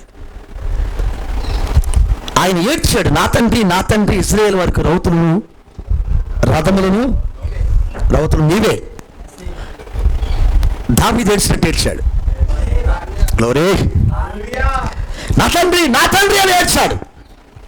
అక్కడ నిజంగా ఆడు తొల్లాడో ఇవ్వడం నాకు తెలియదు, కానీ నా తండ్రి ఇశ్రాయేల్ ఈ దేశానికి రథములు రౌతులు నువ్వే అని ఏడ్చి ఆయన కనబడాల. ఎవరు? ఏమి కనబడకుండా వెళ్ళిపోయాడు. అప్పుడు ఎలీషా దగ్గర ఒక వస్త్రం ఉంది. ఎవరు వస్త్రం అది? ఎలీషా దగ్గర ఒక వస్త్రం ఉంది. అది ఆయన వస్త్రం. ఆ వస్త్రం ఏం చేశాడంటే ఆయన 2 ముక్కలుగా చింపాడట. ఏ వస్త్రాన్ని? ఎలీషా దగ్గర ఉన్న వస్త్రాన్ని 2 ముక్కలు చేసిందంట. తన పాత వస్త్రాన్ని 2 ముక్కలు చేశాడట. ఎప్పుడైతే ఈ వస్త్రాన్ని 2 ముక్కలు చేశాడో అప్పుడు దిగింది ఈయనకి కావలసిన వస్త్రం. ఏలియా దగ్గర నుంచి ఒక వస్త్రం అప్పుడు వాడింది ఆయన మీదకి. ఆ వస్త్రం ఈయన మీద వాలేసరికల్లా ఈయనకున్న వస్త్రాన్ని 2 ముక్కలు చేశాడట ఆయన. ఎంతమంది రెడీగా ఉన్నప్పుడు మీ వస్త్రాలు 2 ముక్కలు చేయడానికి? అది ఎట్లా ఉంది? మన పాత జీవితాన్ని 2 ముక్కలు చేయటానికి ఎంతమందికి ఇష్టం ఉంది? 2 ముక్కలు చేయటానికి నీ పాత జీవితాన్ని 2 ముక్కలు చేసి అక్కడే వదిలిపెట్టి, ఆ యోర్దాను దగ్గర వదిలిపెట్టి, ఇప్పుడు ఏలియా దగ్గర నుంచి వస్త్రాలు తీసుకోవటానికి ఎంతమంది రెడీగా ఉన్నారు ఇప్పుడు? హల్లెలూయా. నీ వస్త్రం చిరగకుండా ఏలియా వస్త్రం నీకు దొరకదు సహోదరుడా. దాన్ని 2 ముక్కలు అదించాడు. తన ఎడ్లు 2 ముక్కలు నరికి బంతి పెట్టి వచ్చిన వాడు ఇప్పుడు తన స్వనీతిని, తన సొంత వస్త్రాన్ని 2 ముక్కలు చేసి అక్కడ మరేశాడు. ఇక నాకు ఏలియా వస్త్రం కావాలి. నా వస్త్రం కాదు, నాకు ఏలియా వస్త్రం కావాలి. యెహోవా ఇలాగ సెలవిస్తున్న వస్త్రం కావాలి. దేవుడు అభిషేకించిన వస్త్రం కావాలి. దేవుడు పంపిన వస్త్రం కావాలి. దేవుడు పంపిన ఆ వాక్యపు వస్త్రం కావాలి. దాని కొరకు ఎదురు చూశాడు ఆయన. అప్పుడు వాడింది ఆ వస్త్రం. ఏమాన్ మరియు ఏలియా దుప్పటి కింద పడగా అతడు దాన్ని తీసుకొని యోర్దాను ఒడ్డుకు వచ్చి ఈ వస్త్రాన్ని చింపి ఆడ ముక్కలేసి ఏలియా వస్త్రాన్ని పట్టుకున్నాడు. దీన్ని మధ్యలో పెట్టుకోండి. ఏలియా వస్త్రాన్ని ఆయన పట్టుకొని ఇప్పుడు రంగం మీదకి వెళ్ళబోతున్నాడు. ఇక్కడే ఉన్నారా? ఇప్పుడు రాజు మారాడు. రాజు ఎవరంటే యెహోరాము రంగం మీదకి వచ్చాడు. అహజ్యా చచ్చిపోయాడు, యెహోరాము రంగం మీదకి వచ్చాడు. ఓకేనా? 3వ అధ్యాయం చదువుతున్నాం. అప్పుడు అహాబు కుమారుడైన 3వ అధ్యాయం 1వ వచనం. అహాబు కుమారుడైన యెహోరాము యూదా రాజైన యెహోషాపాతు ఏలుబడిలో 18వ సంవత్సరం ముందు షోమ్రోనులో ఇజ్రాయేల్ వారికి రాజు 12 సంవత్సరములు ఏలెను. ఏమాన్. ఇతను తన తల్లిదండ్రులు చేసిన ప్రకారం చేయక తన తండ్రి నిలిపిన దేవతా స్తంభములు తీసివేసిన కానీ యెహోవా దృష్టికి చెడుతనము చేయటం మానకుడెను. ఇశ్రాయేల్ వారి పాపం చేయుటకు కారకుడు నెబాతు కుమారుడైన యెరోబోము చేసిన పాపమును విడువక చేయుచూనే వచ్చను. యెహోరాము అహాబు కుమారుడు. ఒక కొడుకు చచ్చిపోయాడు, ఇంకొక కొడుకు రంగం మీదకి వచ్చాడు. ఇప్పుడు ఈయన రంగం మీద ఉన్నాడు. ఈయన రంగం మీద ఉన్న సమయంలో ఎలీషా ప్రవక్త అయ్యాడు. ఇక్కడ ఇది చాలా ఇంట్రెస్ట్, చాలా చాలా చాలా ఇంట్రెస్ట్. ఇది ఎలీషా రంగం మీదకి వచ్చాడు. యూదా రాజులకేమో ఒక రాజు ఉన్నాడు. అక్కడ యూదా దేశంలో ఒక రాజు ఉన్నాడు. ఎక్కడే ఉన్నారా? ఆ రాజు గురించి చదువుదాం. 8వ అధ్యాయము 16వ వచనం చదువుతున్నాం. అహాబు కుమారుడు ఇశ్రాయేల్ వారికి రాజైన యెహోరాము ఏలుబడిలో 5వ సంవత్సరం మందు యెహోషాపాతు యూదారాజు ఉండగా యూదారాజైన యెహోషాపాతు కుమారుడైన యెహోరాము ఏలనారంభించను. అతడు ఏలనారంభించి 32 ఏళ్ళు వాడే ఉండి యెరూషలేము మందు 8 సంవత్సరములు ఏలెను. ఇతడు ఆహాబు కుమార్తెను పెండ్లి చేసుకుని ఉండేది కనుక ఆహాబు కుటుంబకుల వలన ఇతడును ఇశ్రాయేలు రాజును ప్రవర్తించినట్లు ప్రవర్తించుచు యెహోవా దృష్టికి చెడుతనము జరిగించను. ఈ యెహోరాము ఎవరంటే యూదారాజు యెహోషాపాతు కొడుకు. ఇతడి పేరు కూడా యెహోరామే, అతడి పేరు కూడా యెహోరామే. హల్లెలూయా. ఏడవన్నారా? వీళ్ళ ఏలుబడిలో ఎలీషా ప్రవక్తగా ఉంటాడు. ఎవరు? ఎలీషా ప్రవక్తగా ఉంటాడు. మీరు ఇప్పుడు ఎలీషా గురించి మీరు చాలా జాగ్రత్తగా ఉండొచ్చు. ఎలీషా 2వ అధ్యాయంలో ఆయన పని ప్రారంభం చేస్తాడు. ఎలీషా పని 10వ అధ్యాయం దాకా చాలా పుష్కలంగా ఉంటుంది, చాలా అద్భుతంగా ఉంటుంది. మీరు ఇంకా బాగా చెప్పాలంటే ఎలీషా పరిచర్యకు ఒక ప్రతిఫలము 9-10 అధ్యాయాల్లో చక్కగా చూస్తారు. 9-10 అధ్యాయంలో ఎలీషా చేయడు, దాన్ని యెహూ చేస్తాడు. ఎలీషా చేయడు, యెహూ చేస్తాడు ఆ పనిని. 9-10 అధ్యాయంలో అద్భుతంగా ఆయన పని యొక్క ఫలితాన్ని చూస్తాం అక్కడ. గ్లోరీ. కానీ ఎలీషా చేసిన పనిని 2వ అధ్యాయం నుంచి మీరు 10వ అధ్యాయం దాకా చూస్తాం. అద్భుతమైన పని చేస్తాడు. అద్భుతమైన పని. ఈ సమయంలో ఆహాబు లేడు రంగం మీద. ఈ సమయంలో యెజబెల్ రంగం మీద ఉంది. ఎవరు? యెజబెల్ రంగం మీద ఉంది. మర్చిపోతే మాట. యెజబెల్ రంగం మీద ఉంది. వాళ్ళ కొడుకు యెహోరాము రంగం మీద ఉన్నాడు. వాళ్ళ అల్లుడు యూదా దేశానికి యెహోరాము రంగం మీద ఉన్నాడు. ఆమేన్. యెహోరాము కూడా 8 సంవత్సరాలే ఏళ్తాడు. ఈయన ఇక్కడ ఉన్నారా? ఇతడు 8 సంవత్సరాలు ఏలిన తర్వాత ఇతడు చచ్చిపోతాడు. ఇతడు కొడుకు అహజ్యా రంగం మీదకి వస్తాడు. ఇతడు కూడా చచ్చిపోతాడు. దాటుకొని వస్తున్నాం. ఇతని కొడుకు అహజ్యా వస్తాడు రంగం మీదకి. ఎక్కడ ఉన్నారా? అహజ్యా అనే పేరు ఇందాక మనం చదువుకున్నాం. ఎవరి కొడుకు? ఆయన ఆహాబు కొడుకు. ఇప్పుడు యెహోషాపాతు మనముడి పేరు కూడా అహజ్యా పెట్టుకున్నాడు. యెహోషాపాతు యొక్క మనముడు యెహోరాము కొడుకు అహజ్యా అని పేరు పెట్టుకుంటాడు. ఇతడు 1 సంవత్సరమే రాజ్యాన్ని ఆళ్తాడు. అహజ్యా యూదా రాజుగా ఉండగా యెహోరాము వాళ్ళ మామ ఇశ్రాయేల్ రాజుగా ఉండగా ఇప్పుడు ప్రవచనాలు నెరవేర్పు చేయటానికి యెహూ అని ఒక రాజు వస్తాడు. ఇది 9వ అధ్యాయంలో స్టార్ట్ అయింది. ఈ రాజు ఇశ్రాయేల్ రాజు, యెహూ ఇశ్రాయేల్ రాజు. ఈయన రంగం మీదకి వచ్చిన సమయంలో అహజ్యా ఉంటాడు, యెహోరాము కొడుకు యూదా రాజు అహజ్యా ఉంటాడు, యెహోరాము అహాబు కుమారుడు ఇశ్రాయేల్ రాజుగా ఉంటాడు. ఇరువురు మాట్లాడుకుంటున్న సమయంలో యెహూ రంగం మీద ఉంటాడు. అదే సమయంలో యెజబెల్ కూడా భూమి మీద ఉండేది. యెజబేలు రంగులు పూసుకునే ఆ యెజబేలు కూడా ఉండిద్ది. ఇక్కడ చాలా ఉన్నతమైన కార్యాలు జరుగుతాయి ఈ సమయంలో. ఇక్కడ ఎలా జరిగిద్దంటే మీకు బాగా అర్థమవడానికి, ఎలీషా ప్రవక్త ఇశ్రాయేల్ దేశాన్ని తన అద్భుతాలతో ఒక ఊపు ఊపాడు. ఒక ఊపు ఊపుతాడు అక్కడ. ఆమేన్. తన అద్భుతాలతో ఒక ఊపు ఊపుతాడు ఆయన. రెండవదిగా యెహోవా అనే ఒక రాజు వస్తాడు. ఆయన ఏం చేస్తాడంటే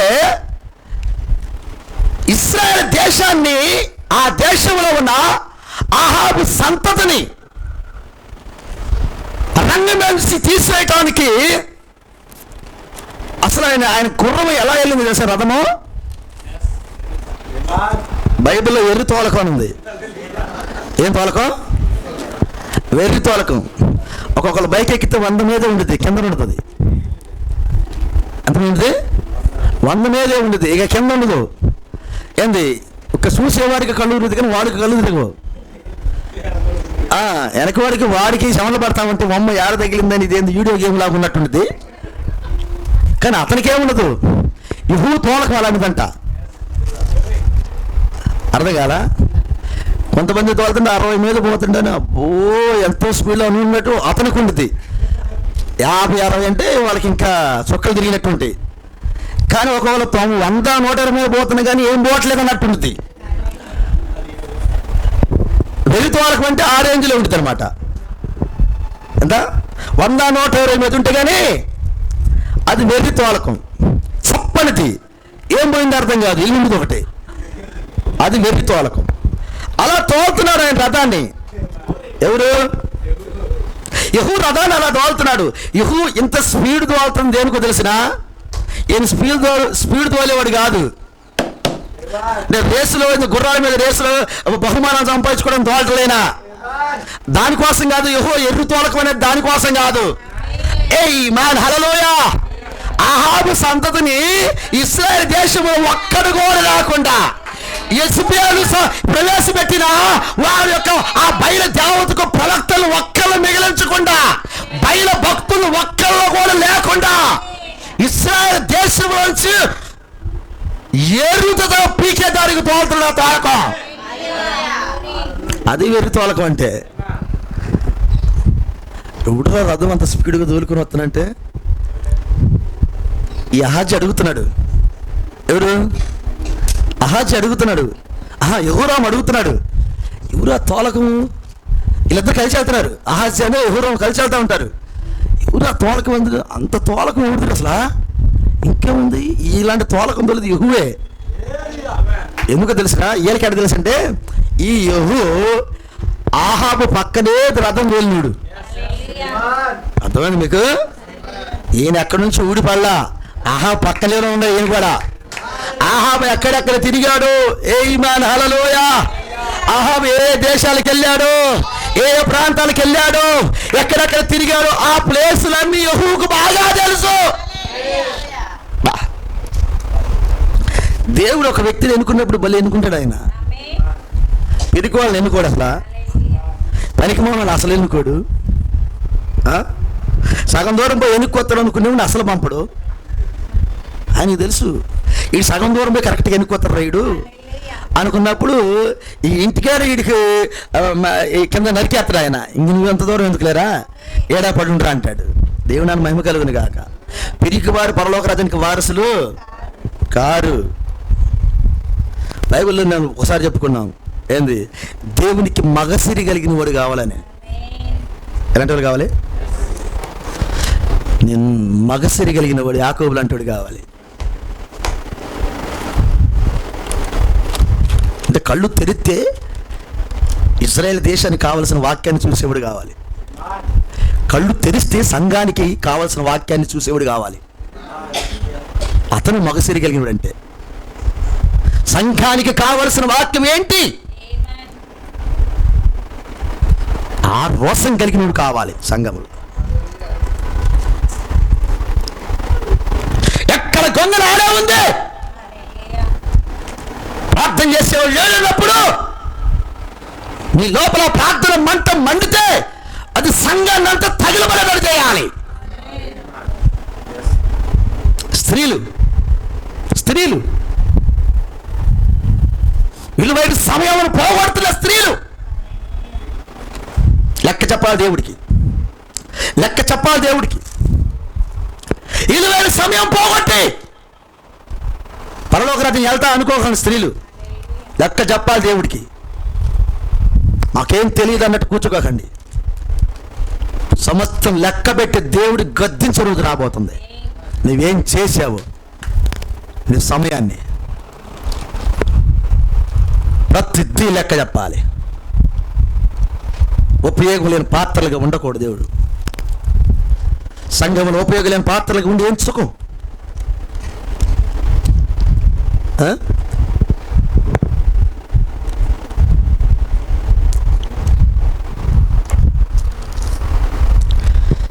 ప్రవక్తలు కానీ ఆ కాలంలో భక్తులు కానీ వాళ్ళ దేశం కొరకు రోషంగా బతికేటప్పుడు వాళ్ళ భార్యలు ఇంటికాడ గోళ్ళు గీరుకుంటా ఇంటికాడ కూర్చోలేదు సార్. వాళ్ళ భార్యలు ఇంటి దగ్గర గోళ్ళు గిల్లుకుంటూ కూర్చోలేదు సార్. ఇజ్రాయేల్ యొక్క ఆడపిల్లల గురించి దేవుడు అలా మాట్లాడలేదు. ఇజ్రాయేల్ ఆడపిల్లలు అలాంటి వారు కారు, ఉపయోగకరమైన వారు. తన భర్తను ముందుకు పంపటానికి ప్రోత్సహించేవారు వారు. తన భర్త వాక్యమును చూస్తే వాళ్ళు కూడా వాక్యము చూసేవాళ్ళు. వాక్యమే ముఖ్యమయ్యా, వాక్యమే మనకి ముఖ్యమయ్యా, ఇంకేది మనకు ముఖ్యమైనది కాదు అని వాక్యం కొరకు ముందుకు నెట్టినాడు ఇశ్రాయేలు ఆడపిల్లలు. అంతేగాని కాళ్ళు పట్టుకుని వెనక్కి లాగిన వారు కాదు. వాళ్ళు కాదు ఇశ్రాయేలు ఆడపిల్లలు అంటే. వాళ్ళు రోషం కలిగిన వాళ్ళు, రోషం కలిగి వాళ్ళు ప్రార్థన గదులు కన్నీరు కార్చిన వాళ్ళు ఇశ్రాయేలు ఆడపిల్లలు. మహోన్నత కళాకాండానికి ప్రవక్తలను పంపినప్పుడు ఆ ఇశ్రాయేల్ తల్లుల యొక్క ప్రార్థన ఎలాంటిదో చెప్పాడు ప్రవక్త. ఇశ్రాయేల్ తల్లుల యొక్క ప్రార్థన ఎలాంటిదో చెప్పాడు ప్రవక్త మనకి. మోషేను రెడీ చేయడానికి వాళ్ళ తల్లి చేసిన ప్రార్థన, మోషాని కంటానికి వాళ్ళ తల్లి చేసిన ప్రార్థన, అబ్రహాం నిలబెట్టడానికి, అబ్రహాం పక్షాన ఉండటానికి శారమ్మ చేసిన ప్రార్థన తక్కువ అనుకున్నావా? తక్కువ అనుకున్నావు నువ్వు? శారమ్మ ప్రార్థన చేయలేదనుకున్నావేంది నువ్వు? తను 100 సంవత్సరాల వయసులో నా యజమాని అంటానికి ఎలాంటి అభిషేకం కావాలో తెలిసిన? ప్రార్థన లేకుండా ఆ మాట ఎలా నిద్ది? నీ వెనకాలే నేను ఉన్నాయా, నీ శక్తమేనయ్యా అని సపోర్ట్ చేసిన ఎవరు? ఆ మహోన్నత కళాకాండంలో ప్రవక్తలు కావచ్చు, రాజులు కావచ్చు, వాళ్ళకి సపోర్ట్ చేసిన వాళ్ళ భార్యలు చిన్నవారు కాదు సార్, గొప్పవారు. అలా దేవుడి కొరకు రోషం కలిగిన వారు వాళ్ళు. ఎలీషా కాలం కూడా అలాంటిదే. ఎలీషా తన కళ్ళు తెరిచినప్పుడు దేశాన్ని చూసేదానికి రెడీ అయ్యాడు. దేశం అంతా ప్రవక్త ఏమంటాడంటే, బైబిల్లో ప్రవచనం ఏంటంటే, ఏలియా ఈ మాట చెప్పారు, వెళ్ళిపోయాడు. ఏ మాట చెప్పాడంటే, నాకు మారుగా ప్రవక్తగా నువ్వు ఉంటున్నావు, ఇశ్రాయేలు మీద రాజుగా యెహూకు పట్టాభిషేకం జరిగింది, తర్వాత సిరియా మీద హజాయేలుకు పట్టాభిషేకము జరిగింది అన్నాడు. వాళ్ళ ముందుగా అభిషేకించింది ఎలీషాని అభిషేకిస్తాడు. ఎలీషాని ఎలా అభిషేకిస్తాడంటే అతని మీద దుప్పటేసి. ఈయన వెండ మీదకి వచ్చిన తర్వాత ఒక్కొక్క రోజున యెహూని తన యుద్ధంలోకి వచ్చే ఒక ప్రవక్తను పంపి అభిషేకిస్తాడు ఎలీషాని. ఒకనొక సమయంలో ఈ సిరియా రాజు అయిన బెన్హదదు ఆయన మంచం మీద ఉన్నప్పుడు అతనికి పరిచర్య చేసేవాడు హజాయేలు. అతనికి పరిచర్య చేసేవాడు ఆ సైన్యంలో. అప్పుడు హజాయేలుని పిలిచి హజాయేలుతో మాట్లాడతాడు. హజాయేలు ముందు ఎలీషా ఏడుస్తాడు. హజాయేలు ముందు ఎలీషా ఏడుస్తాడు. అప్పుడు నా తండ్రి నువ్వేం ఏడుస్తున్నావు, నీ కళ్ళ నీళ్ళు ఎందుకు భూమి మీద రాలుస్తున్నావు అన్నాడు. హజాయేలు అంటాడు ఆ మాట. అప్పుడు ఎలీషా ఏమంటాడు తెలిసిన, హజాయేలు భవిష్యత్తులో నా దేశానికి నువ్వేం చేయబోతున్నావు నా కళ్ళతో చూస్తున్నా, అందుకే నా కళ్ళ నీళ్ళు కారుస్తున్నాను అన్నాడు. భవిష్యత్తులో ఇశ్రాయేల్ దేశానికి నువ్వేం చేయబోతున్నావో నా కళ్ళు చూచుచున్నవి. గర్భిణీ స్త్రీలలో వాళ్ళ యొక్క పొట్టలు ఏ రీతికి చించబోతున్నావో నా కళ్ళు చూస్తున్నాయి. నువ్వు ఎలా దేవుడి పిల్లలు చంపబోతున్నావో నా కళ్ళు చూస్తున్నాయి. దాన్ని చూసి హజాయేలు ముందు కళ్ళ నీళ్ళు ఎలీషా ప్రవక్త భూమి మీదకి వదిలాడు. ఎలాంటి రోషం కలిగిన ప్రవక్త అయినా, ఎలాంటి రోషం కలిగిన ప్రవక్త. ఆహాబుకి యెజబేలుకి, ఆహాబు చచ్చిపోయిన తర్వాత యెజబేలు ఇంకా రంగం మీద ఉండగానే మధ్యలో జరిగిన పనిది. ఒక గొప్ప ప్రవక్త ఎలీషా, ఏలియా వెళ్ళిపోయిన తర్వాత ఏలియా ఆత్మ 2 పాలను తీసుకొని సంఘాన్ని ఇశ్రాయేల్ దేశాన్ని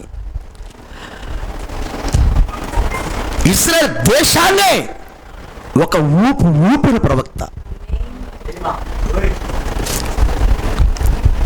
తన కాలములోనే ఇశ్రాయేల్ దేశంలో ఉన్న అపవిత్రతను, అది ఆహాబు కాలంలో, నెబాతు కుమారుడైన యెరోబాము కాలంలో, బయెషా కాలంలో, ఆ తర్వాత ఆహాబు కాలంలో ఇశ్రాయేల్ దేశంలో పేరుకుపోయిన ఆ పాపాన్ని కడిగేదానికి ఒక రాజును అభిషేకించిన ప్రవక్త. యెహూ అనే రాజు వచ్చి కడిగాడు. ఏం చేశాడు? కడిగాడు. ఒక్కను కూడా ఉంచలా, మొత్తాన్ని చంపేశాడు. ఆహాబు సంపదకు మొత్తాన్ని చంపాడు. యెజబేలు ఎవరినైతే యాజకులుగా పెట్టిందో కోటం పెట్టి చంపాడు. అబ్బా, యెహూ గురించి ఇంతకుముందే మనం చెప్పుకున్నావా? ఏరా యెహూలేరి, ఏరంట యెహూలు. గ్రంథాలు చదవమంటే ఒక్క యెహూ లేడు, ప్రార్థన చేయమంటే యెహూ లేడు, ఉపవాస ప్రార్థనలకి లేడు. ఇంట్లో అయితే సమస్యలు పేరుకుపోయినాయి. పాస్టర్ గారు మా అబ్బాయిది, మా అమ్మాయిది, పాస్టర్ గారు ఇది, ప్రార్థన చేసేది లేదు, మంట మండేది లేదు, తన తప్పిదములు గుర్తించేది లేదు, వారు ఓటమికి కారణాలు ఏంటో చూసేది లేదు, దేవుని యొక్క విచారణ చేసే మనసే లేదు. కానీ లిస్ట్ అయితే ఉన్నది. ఏం లిస్టు? సమస్యల లిస్ట్ అయితే ఉండిపోయింది. ఎన్ని సమస్యల లిస్టు, పొద్దున్న లెగితే సమస్య లిస్టే కనబడుతుంది. దానికి కొద్ది కూడా సమాధానము టిక్కి పెట్టేది లేదు. ఇది అయిపోయింది, టిక్కి పెడతాంలే. ఇంక లిస్టేనా పొద్దుగుకులు? చెప్పుగా ఎలీషా కాలం అలాంటిది కాదు. అబ్బా, ఇక్కడ ఉన్నారా? మన హల్లెలూయా, ప్రతి మాట అన్నాడు. ఏలియా ఎవరో కాదు కానీ ప్రభువైన యేసుక్రీస్తు వారికి సాదృశ్యం. గ్లోరీ. ఎలీషా ఎవరో కాదు కానీ వధువు సంఘానికి సాదృశ్యం అన్నాడు. ఇప్పుడు ఆయన ప్రభువారు వెళ్ళిపోయిన తర్వాత భూమి మీద ఎలీషా ఉన్నాడు అన్నాడు. ఎలీషా అనగా వధువు సంఘము ఉందా? మరి ఆ ఎలీషా అనే సంఘానికి ఇక్కడున్న సంఘానికి ఉన్న తేడా ఏందో కొంచెం కంపేర్ చేసుకోండి. ఆయనకి మనకున్న తేడా ఏం చెప్పండి. ఆ ఎలీషా సంఘానికి సాదృశ్యం రెండంతల ఆత్మ కావాలి. ఓకే, ఆ ఎలీషా ఏమేం చేశాడు? ఆ ఎలీషా ఆ భక్తిహీనమైన రాజుల కాలంలో చేసిన కార్యాలు నేను దాన్ని స్టార్ట్ చేయట్లా. ఎందుకంటే ఎలీషా చేసిన అద్భుతాలు ఉన్నాయి. ఇంచుమించు 13 అద్భుతాల దాకా ఉన్నాయి అనుకుంటా. 13-14 అద్భుతాలు ఎలీషా గారు చేశారు. ఎలీషా గారి అద్భుతాలు చేసేటప్పుడు సిస్టమేటిక్గా ఒకదాని తర్వాత ఒకటి చేశాడు. చాలా మంచి అద్భుతాలై, ఆలోచింపజేసే అద్భుతాలై. అందుకే మీరు ధ్యానం చేయాలి వాక్యాన్ని. అవి ఆలోచన పెట్టినాయి మనకి ఆ అద్భుతాలు. యెజబేలు చచ్చిపోక మునుపు ఈ పని చేశాడు ఆయన. యెజబేలు చచ్చిపోయేదానికి ముందుగా మనకు తెలుసు యెజబెలు ఎవరు యెజబెలు? మహావేష. ప్రపంచ దేశాల్లో ఇప్పుడున్న భూమిలోకి మొత్తం పాడు చేసిన మహావేష రోమన్ క్యాథలిక్, అదే యెజబెలు. ఈ కాలంలో మహావేష. ప్రపంచంలో ఉన్న ప్రొటెస్టెంట్ సంఘాలు మొత్తాన్ని నాశనం చేసిన మహావేష, ఇశ్రాయేల్ దేశం మొత్తాన్ని నాశనం చేసిన మహావేష ఆ కాలంలో యెజబెలు. నిజమేనా? ఇశ్రాయేల్ దేశాన్ని ఆ కాలంలో యెజబెలు నాశనం చేసింది. ఇప్పుడు ప్రపంచంలో ఉన్న ప్రతి సంఘాన్ని నాశనం చేసిన మహావేష రోమన్ క్యాథలిక్ చర్చి. కాదంటావా? కాదా? ఇక దేంతో పోలుస్తావు నువ్వు? ఏది లేదు. ప్రవక్త పోల్చాడు. ఈ కాల ప్రవక్త ఈ కాలపు యెజబెలు ఎక్కడ ఉందో చూపించాడు. ఇప్పుడు ఈ యెజబెలు భూమి మీద ఉన్న కాలంలో, రంగులు పూపిస్తున్న కాలంలో, పట్టు వస్త్రాలు లేపిస్తున్న కాలంలో, బంగారం పెట్టిస్తున్న కాలంలో, వస్త్రాలు లేకుండా తిప్పుతున్న ఈ కాలంలో, ఇష్టానుసారంగా జీవించుతున్న ఈ కాలంలో ఒక ప్రవక్త ఉన్నాడు ఇక్కడ. ఏలియా రంగం నుంచి వెళ్ళిపోయాడు. ఎలీషా అనే సంఘం ఎక్కడ ఉంది? రెండంతల అభిషేకం కలిగిన సంఘం ఎక్కడ ఉన్నది? ప్రపంచవ్యాప్తంగా ఆమె కార్యాలు జరిగిస్తా ఉన్నది.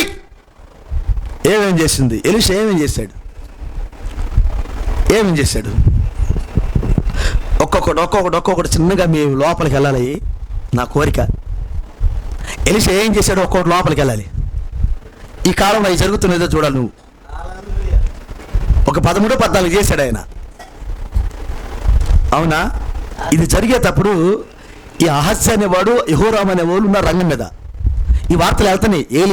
ఎలీషా ఇలా చేస్తారంట వెళ్తా ఉంది. యెజబెలు కూడా అక్కడే ఉంది. వాళ్ళకి ఖచ్చితంగా ఇది అనుకోలేదు. వాళ్ళ సమావేశంలో సాయంకాలం కూడుకున్నప్పుడు ఎవరు ఏలియా వెళ్ళిపోయాడమ్మా అని ఉంటాడుగా. ఏలియా వెళ్ళిపోయాడు, ఏలియా అగ్నిరథాల మీద వెళ్ళిపోయాడంట. అవునా? ఆయన పొయ్యాడనుకుంటూ ఒకడు వచ్చాడమ్మా. వాళ్ళ శిష్యుడంట, ఆయన పేరు ఎలీషా అంటమ్మా. ఏం చేస్తున్నాడు వాడు? యెజబెలు అడుగుండొచ్చు, ఏం చేస్తున్నాడు ఆయన? ఏం చేస్తుందమ్మా?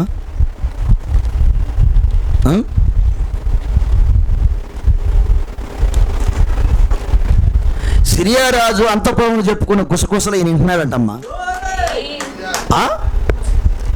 సిరియా రాజు అంతఃపురంలో చెప్పుకున్న గుసగుసలు ఈయన వింటున్నాడట. అరే, సిరియా రాజు చెప్పుకున్న గుసగుసల నుంచి మన గుసగుసలు కూడా వింటాడు కదరా. అనలేదా యెజబెలు? సిరియా రాజు గుసగుసలు వింటే అరే మనం చెప్పుకున్న గుసగుసలు వినడా? అదేందమ్మా వెనకకున్నట్టుంటాడు.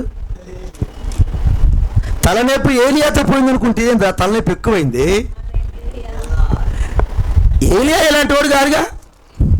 ఫేస్ టు ఫేస్ యెహోవా ఇలా సెలవు ఇచ్చిస్తున్నాడు, నువ్వు చస్తావని చెబుతాడు. ఈయనేంది మన రహస్య గదుల్లో చెప్పుకునే కూడా చెబుతున్నట. రహస్య గదుల్లో చెప్పుకునే ఇంకెక్కడరా మనం దాచుకునేది? నీ ప్లాన్లు ఎట్టేయాలి ఇప్పుడు? నీ ప్లాన్లు ఏమి లేవమ్మా. రహస్య గదులు చెప్పుకునే కూడా ఈయన చక్కగా ఈయనే.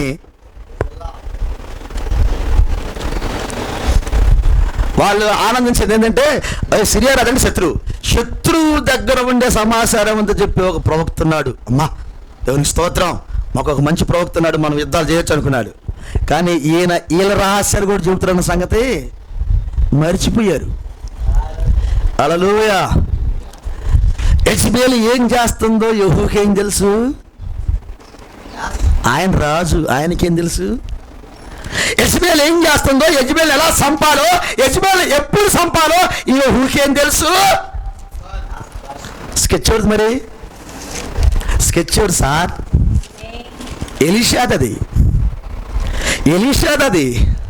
ఎప్పుడు రంగం మీదకి రావాలో ఆయన ఎక్కడో ఇంట్లో ఉంటాడు. ఇంట్లో ఉంటే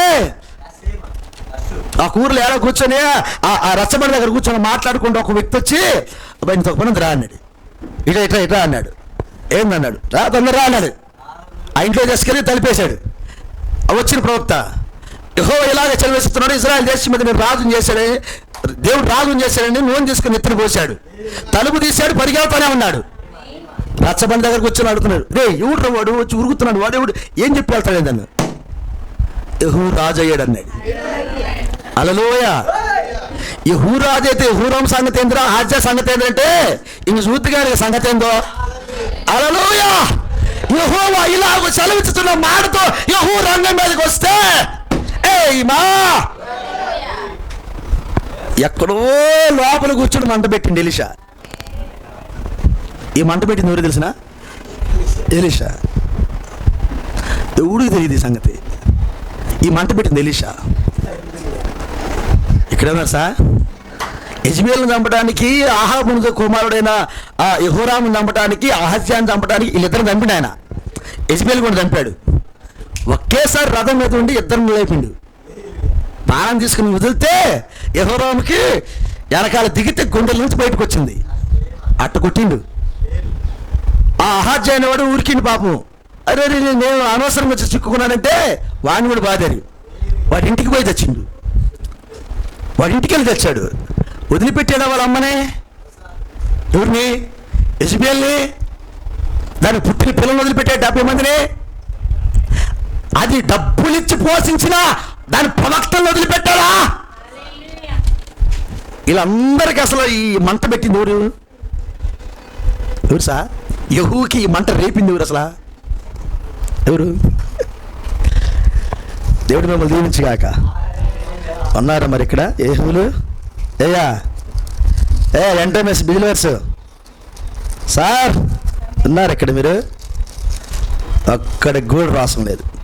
అక్కడికి కూడా ప్రార్థన చేయాలని, వర్తమానాలు చదవాలని, ఈ వర్తమాన పక్షాన్ని రాసంగా బతకని ఒక్కడు కూడా రాసం లేదు. ఓరికి ఉట్టిట్టు ఆమెలే, ఉట్టిట్టు ఆమెలేని ఆమీన్ ఆమీన్. ఏంది ఈ కప్పు దాచట్ల ఆమీన్లు? కొద్ది కూడా రాసం లేదు. మన బ్రతుకులు అలా అయిపోయినాయి. ఏం చేస్తాం? కానీ ఎలీషా రంగం మీదకి వస్తారని నా నిరీక్షణ. దేవుడు మేము కలిగింది కాక. 9వ అధ్యాయం 1వ వచనం ఒక మాట చదువు ప్రార్థన చేద్దాం. వచ్చి రేపు వారం చెప్పుకుందాం. నేను ఇంతటితో ముగిస్తున్నాను దీన్ని.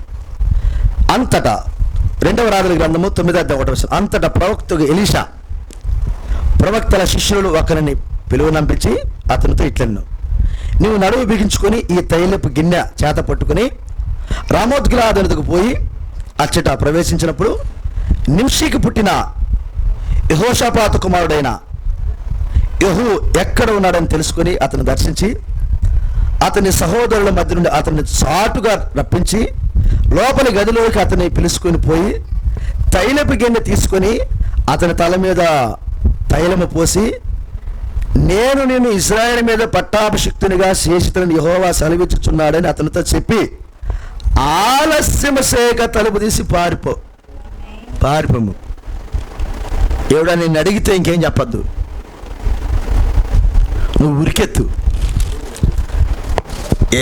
నడితే ఏమైంది? ఈ వర్తమానం నడిచేది కాదు. ఇది దేవుడు నువ్వు దీవించగాక. ఈ వర్తమానం నడిచేది నేను దాకా నడిచింది, ఇంక నడవదు. ఇది పరిగెత్తేది. ఇంకంతే. ఏంది? ఇది పరిగెత్తే వర్తమానం. నువ్వు ఇంకా నడుద్దాము. ఒకప్పుడు కోటపకొండకు నడిచారు. ఏలూరు నడుస్తున్నాడు. అర్థం కాలా మీకు? ఒకప్పుడు నరసరాపేట అంతా షాపింగ్ చేయడానికి నడిచారు సార్. ఇవాళ ఎవడు నడిచేవాడు లేడు. ఏమని ఇప్పుడు ఆటో కావాలి, బండి కావాలి, ఏవాడు కావాలి. వాహనం లేని కాలు కదలట్లేదు. మన డాక్టర్లు కూడా చక్కగా మన సలహాలు ఇస్తున్నారు, కాలు కదలుతుందమ్మా. ఎందుకంటే వాడు అక్కడ ఒక జీవిని కాలు కదిలితే ఒక జీవి చచ్చిపోయింది. ఆ జీవి ఉంటే 10 పైసలు మాకు వస్తాయి. అంతే కాబట్టి కాలు కదలొద్దు. ప్రెగ్నెన్సీ అనగానే దాని అర్థమైంది, నిన్ను కొయ్యాలి కాబట్టి మెదకొని పువ్వుని కొట్టాయి. నువ్వు అటు ఇటు పనులు చేసుకుంటూ ఫ్రీ డెలివరీ అయితే చక్కగా బిడ్డలు గంట ఎబ్రి పిల్లలాగా నీకు నువ్వే నడుము కట్టుకుంటావు, శుభ్రంగా అన్ని చేసుకుంటావు. అంత పని నువ్వు చేయగాకు. మా హాస్పిటల్ ఏమవ్వాలి? గుండుకు ఒక హాస్పిటల్ కట్టాము, ఎట్లా బతుకుతాం? గుండుకు ఒక హాస్పిటల్ పెట్టామండి. ఇక్కడ శ్రీ కేర్ అంట, శ్రీ నిదంట. ఏంటి ఈ రీసెంట్గా 3వ కొత్త హాస్పిటల్ నర్సరాపేటలో వెళ్తారు రీసెంట్గా, ఒక నెల క్రితం. ఇంకా వేస్తే ఎందుకంటే మరి చదివిన డాక్టర్లను ఎడిపోవాలి కాబట్టి నువ్వు కదలకుండా ఉంటే వాళ్ళకి మంచి డబ్బులు వస్తాయి. అవునా? 1000 రూపాయలతో పోయే కరోనా అంటే ఆయన చెప్పాడు 1000 రూపాయలు ట్రీట్మెంట్ వర్క్ సూచనలు ఉంటే 1000 రూపాయలతో అయిపోయిందంటే 1,00,000 రూపాయలు కాంట్రాక్టు. 1000 రూపాయలు దానికి ఎంత? 1,00,000 కాంట్రాక్టు. ఇంకొంచెం ముదిరిందంటే 5 లక్షలు ప్యాకేజీ. ఇంకా నువ్వు కొంచెము హడావుడిగా కనపడ్డావు అనుకో 10 లక్షల ప్యాకేజీ. ఇంకా సెలబ్రిటీగా కనపడ్డావు అనుకో లిప్టిక్లేసి ఏంది ఐబ్రో చేయించి ఏంది ఎంత ఎత్తు చెప్పులేసి సెలబ్రిటీగా కనపడ్డావు అనుకో ఒక 30-40 లక్షలు ఒక బ్లాకు కట్టుకోవచ్చులేరా? బాగా సెలబ్రిటీగా ఉన్నారు వీళ్ళు. వాళ్ళు అట్లా అంచనా వేసుకుంటున్నారు. ఇదేదో నవ్వులాట కాదు, అంచనా అంతే.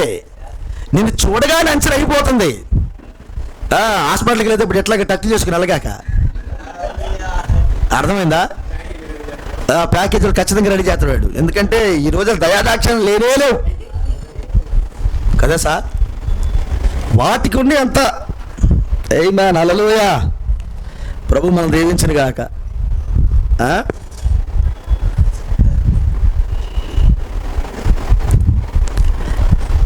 మరి వర్తమాన పక్షంలో ఎలీషా లేరి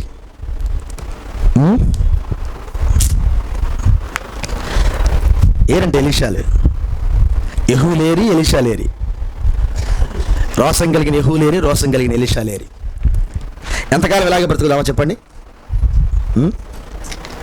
మేము కోటాలు పెట్టుకోవాలన్నప్పుడు పురుకొలపడం తప్ప మీరు కోటాలు పెట్టేదానికి వచ్చేది లేదు. ఉపవాస ప్రార్థనలు మేము అరవటం తప్ప మీకు ఉపవాస ప్రార్థనలు అవసరము లేదు. దీన్ని బట్టి చూస్తే పరలోక రాజ్యం కూడా మీకు అవసరం లేదన్నట్టుంది. సార్ చెప్పండి. దేశాన్ని మండించాడు ఎలీషా. రేపు చెబుతా నేను, అందుకే ధ్యానం చేద్దామంది. నేను దాన్ని చెప్దాం అనుకున్నాను. ఇప్పుడు దేశాన్ని తన అద్భుతాలతో మండించాడు ఎలీషా. ఒక ఆలోచన రాజులకు పంపాడు ఎలీషా. ఏలియా చేతుల మీద ఆయన నీళ్లు పోసాడంటే నేను ఆ అడవిలో ఎక్కడో ఉన్నాడు, ఈయనేం చేస్తాడనుకునేది. అడవిలో ఆయన ఏడో తల రాసుకున్నాడు, ఆయన దగ్గర ఏను కూర్చున్నాడు, ఆయన గోర్లు గిల్లుతుంటే ఈయన కూడా గోర్లు గిల్లిండేమనుకున్నాడు. గోర్లు గిల్లటానికి అడవిలో లేరు వాళ్ళు.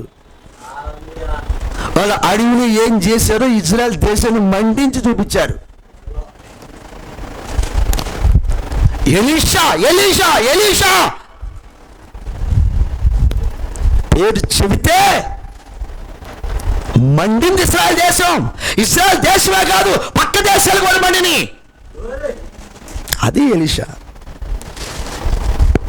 సమాధిలో పెడితే చచ్చిన శవం తగిలి లేచింది ఎలీషా శవానికి. ఎలీషా చచ్చిపోయి సమాధిలో పెడితే అదే సమాధిలో ఒక సైనికుడు చచ్చిపోయి పెడితే ఆ శవానికి ఆ ఎముకలకి ఈ శవం తగలగా లేచి కూర్చున్నాడు. కత్తి ఎక్కడ అన్నాడు, ఇద్దరు నేను కూడా వస్తాను అన్నాడు. ఏం తగిలిందిరా అంటే నన్ను పెట్టింది మామూలు సమాధులు కాదురా, ప్రవక్త ఎలీషా సమాధిలో పెట్టాను నన్ను. ఆయన ఎముకలకి నా శరీరం తగలగానే నాకు జీవం వచ్చేసింది. కత్తి ఎక్కడ పా, నేను కూడా సాయను యుద్ధానికి వస్తున్నా పా అన్నాడు. అలాంటి రోసం కలిగిన శరీరం ఆ ఎలీషా శరీరం. ఈరోజున ఆ రోసం కలిగిన స్త్రీలు, ఆ రోసం కలిగిన పురుషులు ఎంట మెసేజ్లు ఇప్పుడు కావాలి. ఊరికనే ఎంట మెసేజ్ ఊరికనే అండి ఏది అయ్యా సంఘశాఖ తప్పు, వాడి తప్పు, ఈడు తప్పు. అది ఇన్ని తప్పులు చెప్పడానికి ఏంది? జీవించటము ఎవరు చేయాలి? రోసం కలిగిన బ్రతుకులు ఎవరు బ్రతకాలి? తన తప్పిదములు ఎవరు గ్రహించాలి? పరిశుద్ధమైన ఆ పాటలు ఎవరు పాడాలి? ఎవరు ఆ ప్రార్థన చెయ్యాలి? భవిష్యత్తును చూసి కన్నీళ్ళు కార్చాడే ఎలీషా. ఏదా కన్నీరేది? కన్నీరేది? ఇశ్రాయేల్ దేశానికి జరుగుతున్న దాన్ని కళ్ళతో చూసి ఒక రాజు ముందు కన్నీళ్ళు పడపడ భూమి మీద రాలుతుంటే తండ్రి మీరు ఏడుస్తున్నారేంది అంటాడు ఆయన. తండ్రి మీరు ఏడుస్తున్నారేంటి తండ్రి? అతనికి తెలియదు అతను ఏం చేస్తాడు. ఎలీషాకి తెలుసు ఇతను ఏం చేసేదో. దాన్ని చూసి ఏడ్చాడు ఎలీషా. ఏరా భక్తులేరి, ఏరా రోసం కలిగిన భక్తులేరి. దేవుడు మనం దీవించును గాక. ఆ రీతికి ఎలీషాగా పరిచయం చేయడానికి వచ్చేవారు మనం ఎలీషా ఏం చేశాడు చూద్దాం. ఆ యొక్క ఆహాబు చచ్చిపోయిన తర్వాత యెజబెలు రంగం మీద ఉండగానే ఎలీషా చేశాడు ఈ కార్యాలు. ఎందుకు? యెజబెలు ఉండగానే చేయించాడు. యెజబెలు ఉండగానే చేయించాడు ఈ కార్యాలు ఎందుకు? రేపు చూద్దాం. హల్లెలూయా. దేవాత దేవుడికి ఒక ప్లాన్ ఉంది. ఆయన ప్లాన్తోనే వెళ్తాడు. ఆయన గొప్ప దేవుడు. ఆ దేవుడు ఆయన కృప మనకు తోడే నడిపించుడు గాక. తల ఉంచుదా ప్రార్థన చేద్దాం.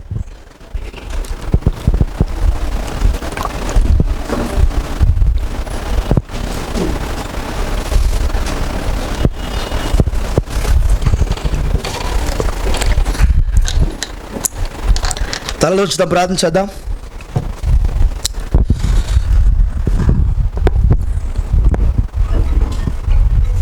గ్లోరీ. మన జీవితాలు మరొకసారి దేవునికి అప్పగిద్దామా? సహోదరుడా,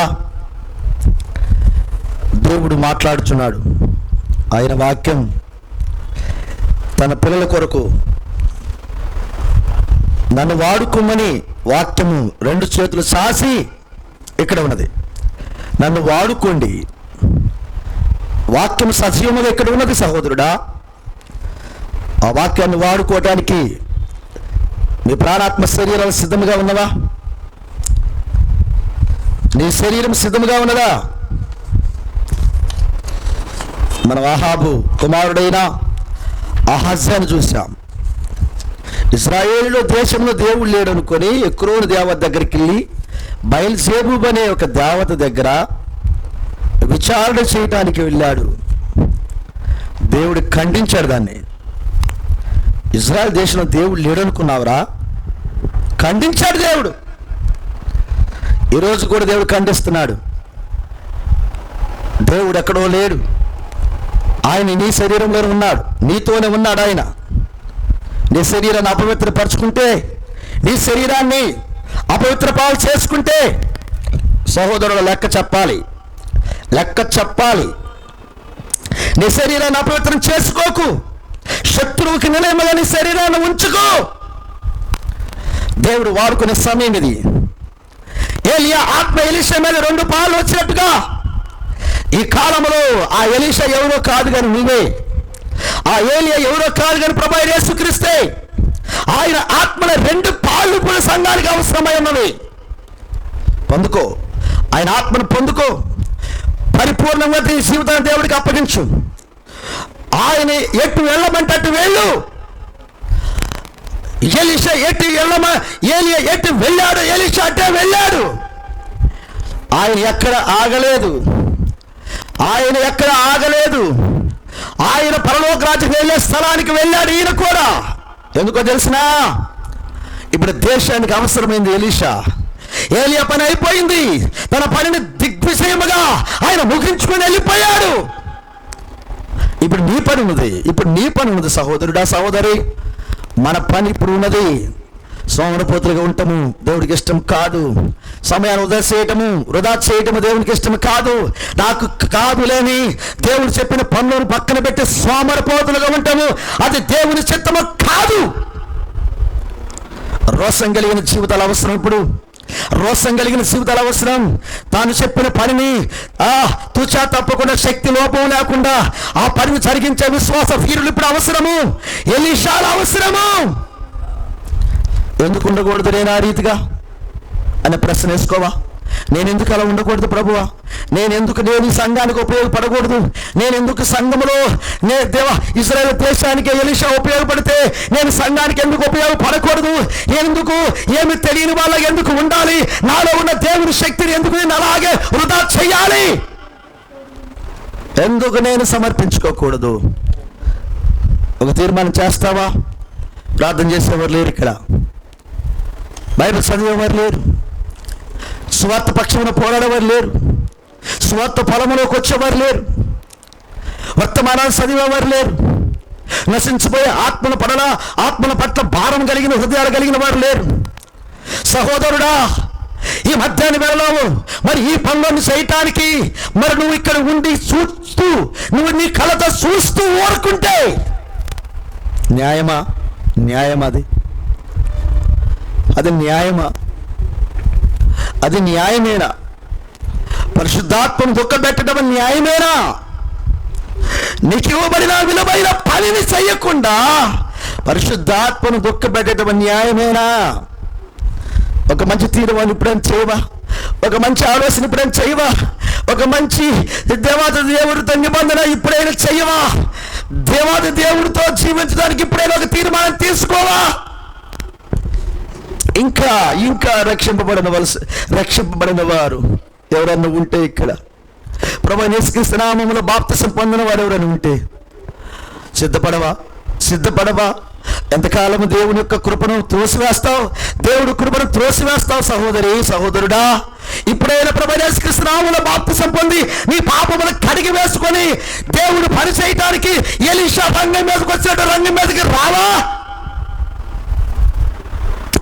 ప్రభుని దీవించును గాక. ఎంతకాలము దేవుడు బయట నిలవబెట్టి ఏడిపిస్తావు ప్రభుని? ఎంతకాలము బయట నిలబెడతావు ప్రభుని? ఎంతకాలము దేవుని దుఃఖపెడతావు? ఈ పనులన్నీ నీకు కనబట్టలేదా? ఇవన్నీ నీ ముందు లేవా? ఇదంతా దేవుడు భారమైన హృదయం కాదా? ఇదంతా వాక్యం కాదా సహోదరుడా, సహోదరి? ఎందుకు అనాలోచనగా ఉండి కాలాన్ని వృధా చేసి దేవుని ఆత్మను దుఃఖపెట్టి నిత్య జీవానికి వారసులు కాకుండా వెళ్తావు? ఇప్పుడైనా ఒక మంచి తీర్మానం తీసుకోవా? ప్రభు నిన్ను దీవించునుగాక. ప్రభు నిన్ను దీవించునుగాక. ప్రభు మిమ్మల్ని దీవించునుగాక. హల్లెలూయా.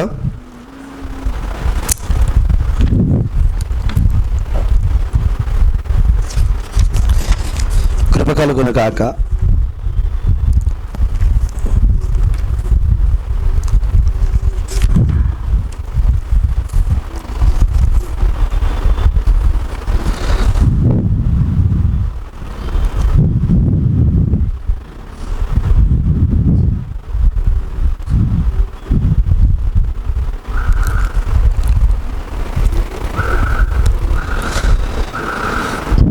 Praise the Lord. నీ తల్లి ప్రేమ మధ్యలో ఆగినా, నీ తండ్రి ప్రేమ అనుకోకుండా రాలినా, నీ తల్లి ప్రేమ మధ్యలో ఆగినా,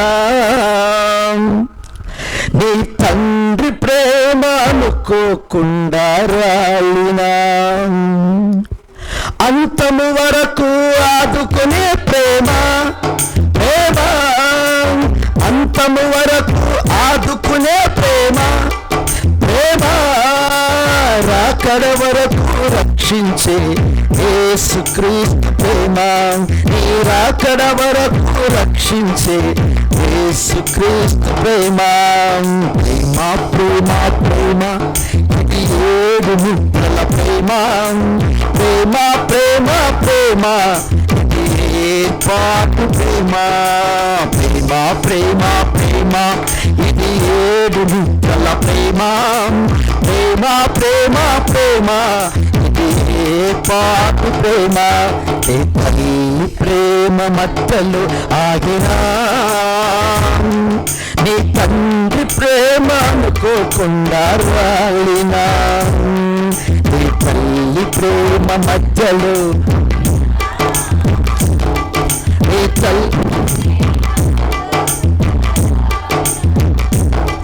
నిన్ను ప్రేమించాడు కనుక ప్రేమ సువార్తను ఇచ్చాడు, నిన్ను రక్షించాడు కనుక సొంత రక్తమునే కాచాడు, నిన్ను ప్రేమించాడు కనుక ప్రేమ సువార్తను ఇచ్చాడు, నిన్ను రక్షించాడు కనుక సొంత రక్తమునే కాచాడు. ఆ రక్తములో జీవమున్నది, ఆ జీవమే పునరుద్ధరణమైనది, ఆ రక్తములో జీవమున్నది, ఆ జీవమే పునరుద్ధరణమైనది, ఆ విత్తనమే వాక్యమైనది, ఆ వాక్యమే యేసు ప్రేమైనది.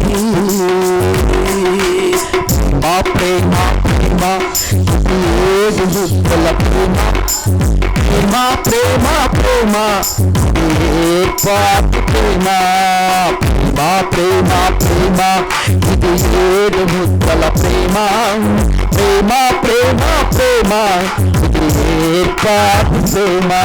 ఈ తల్లి ప్రేమ మధ్యలో ఆగినా,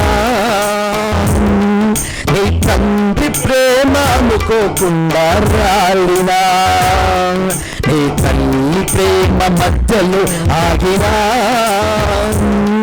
నీ తండ్రి ప్రేమ అనుకోకుండా రాలినా, అంతము వరకు ఆదుకునే ప్రేమ, ప్రేమ అంతము వరకు ఆదుకునే ప్రేమ, ప్రేమ రాకడ వరకు రక్షించే యేసుక్రీస్తు ప్రేమ, ఈ రాకడ వరకు రక్షించే యేసుక్రీస్తు ప్రేమ.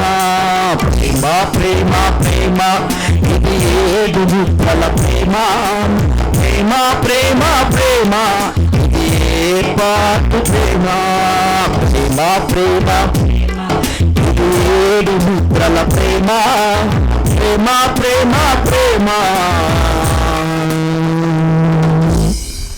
ఇది ఏర్పాటు ప్రేమ. నమ్మదగిన యేసయ్యా, నీ గణనామమునకు మహిమ కలుగును గాక. ప్రభువా, మేము ఆహాబు యెజ్బేలు కాలములో ఎలీషాలు ఉన్నట్టుగానే మేము ఉన్నాం. అదే కాలము మరొకసారి రిపీట్ అవుతుంది ఇక్కడ, అదే వాతావరణం మరొకసారి ఇక్కడ రిపీట్ అవుతా ఉంది. ప్రభువా, ఆహాబ్ అనే అమెరికా, యెజ్బేల్ అనే రోమన్ క్యాథలిక్ చర్చి, ప్రభువా వారు పిల్లలు నా తండ్రి ఈ వాక్యాన్ని కలిపి తీసేసి సెరిపి ప్రభువా సంఘంలోనికి ఆచారాలను సిద్ధాంతాలను తీసుకొచ్చి నా తండ్రి ఆ తిరుమల బయల ప్రవక్తలు ఏ రీతిగా ఇశ్రాయేలు దేశంలోకి తీసుకొచ్చిందో అబద్ధ ప్రవక్తలను ఇక్కడికి తీసుకొచ్చి వాక్యాన్ని కలిపి సెరిపిన ఈ దినాలలో నీ కృపతో ఏలియాను, నీ కృపతో ఎలీషా మీదకి ఏలియా ఆత్మను 2 పాలుగా పంపి ఏర్పాట్లో ఉన్న నీ పిల్లలను రక్షించడానికి, ఏర్పాట్లో ఉన్న ఆ శివ గ్రంథంలో ఉన్న నీ పిల్లలను రక్షించడానికి మరొకసారి ఎలీషా పరిచర్యను భూమి మీద కొనసాగించుతున్న దేవుడు నాయన. రహస్యమైన వాటిని చూడగలిగిన ఆ నేత్రాలు, వినగలిగిన చెవులు, రహస్య గదులలో మాట్లాడుకుంటున్న విషయాలను ఈరోజు బట్టబయలు చేయటానికి ప్రభువా నువ్వు ఎలీషా మీదకి నీ ఆత్మను పంపినందుకు స్తోత్రములు. దేవా, నీ పాదాల మీద స్తుతిస్తున్నాం. నీ పిల్లలందరూ ఎందరైతే ఇక్కడ కూర్చున్నారో, ఎందరైతే లైవ్లో ఉంటున్నారో ప్రభువా, రోషం కలిగి, భారమ కలిగి, ప్రస్తుత పనిలో పాలిభాగస్తులై అయ్యా ఆ వృద్ధలైన సందులలో నిలబడటానికి, నీ పనిని కొనసాగించటానికి ప్రభువా ఆ గుగ్గిలాన్ని మోయటానికి నీ పిల్లలందరికీ సహాయపడండి. ప్రార్థనా పరులను ఇంకా ప్రార్థనా పరులు చేయండి. గ్రంథాలు చదివేవారిని ఇంకా చదివేవారికి చేయండి. సమర్పించుకునే వారిని ఇంకా సమర్పించుకునే వారిగా చేయండి. నీ పనిలో ఏ విధముగా సహాయపడాలని వారి అంతరంగంలో నాయన నువ్వు పెట్టావో, ఎందరైతే తీర్మానం తీసుకున్నారో, ఎందరైతే నీకు ఉపయోగపడాలని ప్రభువా ఈ మధ్యాహ్న వేళలో ప్రభు వారి జీవితాన్ని నీకు సమర్పించుకున్నారో ప్రభువా, వారి అందరిలోనికి నీ ఆత్మాభిషేకం వచ్చునుగాక నాయన. ఆ రీతిగా నేను దీవించయ్యా. ఎలీషా ఏ రీతిగా ఉపయోగపడ్డాడు, ఎలీషా పోయిన ఆయన యెహోవాకి నాయన ఆ జీవాన్ని అందించినప్పుడు యెహోవా ఏ రీతిగా ఉపయోగపడ్డాడు, నీ పిల్లలందరూ ఉపయోగపడుదురుగాక. ప్రతి ఒక్క నారిదికి దీవించు ప్రభువా. బిడ్డలిచ్చిన కానుకలను దశం భాగాలను దీవించుము. ముఖ్యంగా ప్రార్థన అవసరం గురి బిడ్డలకు సహాయపడండి.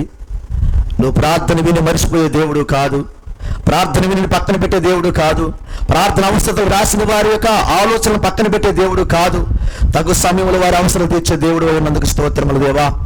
వేరే వారి అవసరం తీర్చండి ప్రభువా. చక్కని మాటలతో మా హృదయాలు నింపావు, రోషం కలిగిన మాటలు మాతో మాట్లాడినందుకు స్తోత్రములు దేవా. మేమెంతగా నీ వాక్యం చేత నింపబడితే అంత సామాన్యతలు అంతా తగ్గించుకొని ప్రభువా అయ్యా మేము ఖచ్చితంగా ఉపయోగపడే పిల్లలుగా ఉండాలని ఆశిస్తున్నాం ప్రభువా. ఉపయోగం లేని వ్యక్తులకి మేము ఉండొద్దు ప్రభువా. మా నోటి నుంచి వెళ్ళే ప్రతి మాట వధువుకు ఉపయోగపడాలి ప్రభువా. అయ్యా విలువైన సమయం మేము పోగొట్టుకోకుండా వధువు ఉపయోగపడే పరిచర్య చేయాలి ప్రభువా. ఆ రీతికి మా సంఘాన్ని దీవించమని వేడుచున్నాం. ప్రతి బిడ్డను ప్రతి కుటుంబానికి దీవించు ప్రభువా. ఓపికతో కూర్చొని పెట్టావు తండ్రి. తిరిగి వెళ్తున్న మార్గంలో మారల మాకు తోడుగుణమని రాత్రి మరి నాయన మధ్యాహ్నము యూత్ మీటింగ్ కూడా ఉంది ప్రభువా. చక్కగా యూత్ మీటింగ్ కూడా జరిగించమని వేడుచున్నాం ప్రభువా. నీ పిల్లలందరినీ చేతికి అప్పగించుకుంటూ ప్రభువా నా తండ్రి అయ్యా ప్రతి ఒక్కరిని అయ్యా ఎలీషావలే నా తండ్రి ఎన్నడూ నీకు తిరిగి చూడకుండా ఏలియాని చూస్తూ ఆత్మ పొందుకునేంత వరకు రోషంతో పరిగెత్తిన జీవితాలు ప్రతి బిడ్డలకి దయచేసి ప్రభువా. ప్రతి బిడ్డను ప్రభువా నీ పాత్రలుగా వాడుకొని మహిమ పొందమని, మమ్మల్నే కాదు లైవ్లోని పిల్లలను కూడా దీవించమని ఆశీర్వదించమని ప్రభువా. మహిమ గంత ప్రభువాలు మీకు చెల్లిస్తూ క్రీస్తు యేసు మీ నామములో ప్రార్థించడానికి పెడుచున్నాము తండ్రి. ఆమేన్. మన తండ్రి అయిన ప్రభువైన యేసుక్రీస్తు కృప సమాధానం తల వంచిన మనకు రాలపని పిల్లల సకల పరిశుద్ధులకు ఆయన గర్భ సదాకాలం తోడి నడిపించునుగాక. ఆమేన్. God bless you. దేవుడు దీవించుగాక. ఈ వారంలో మనకి ఒక చిన్న చిందకంతరం లేదు.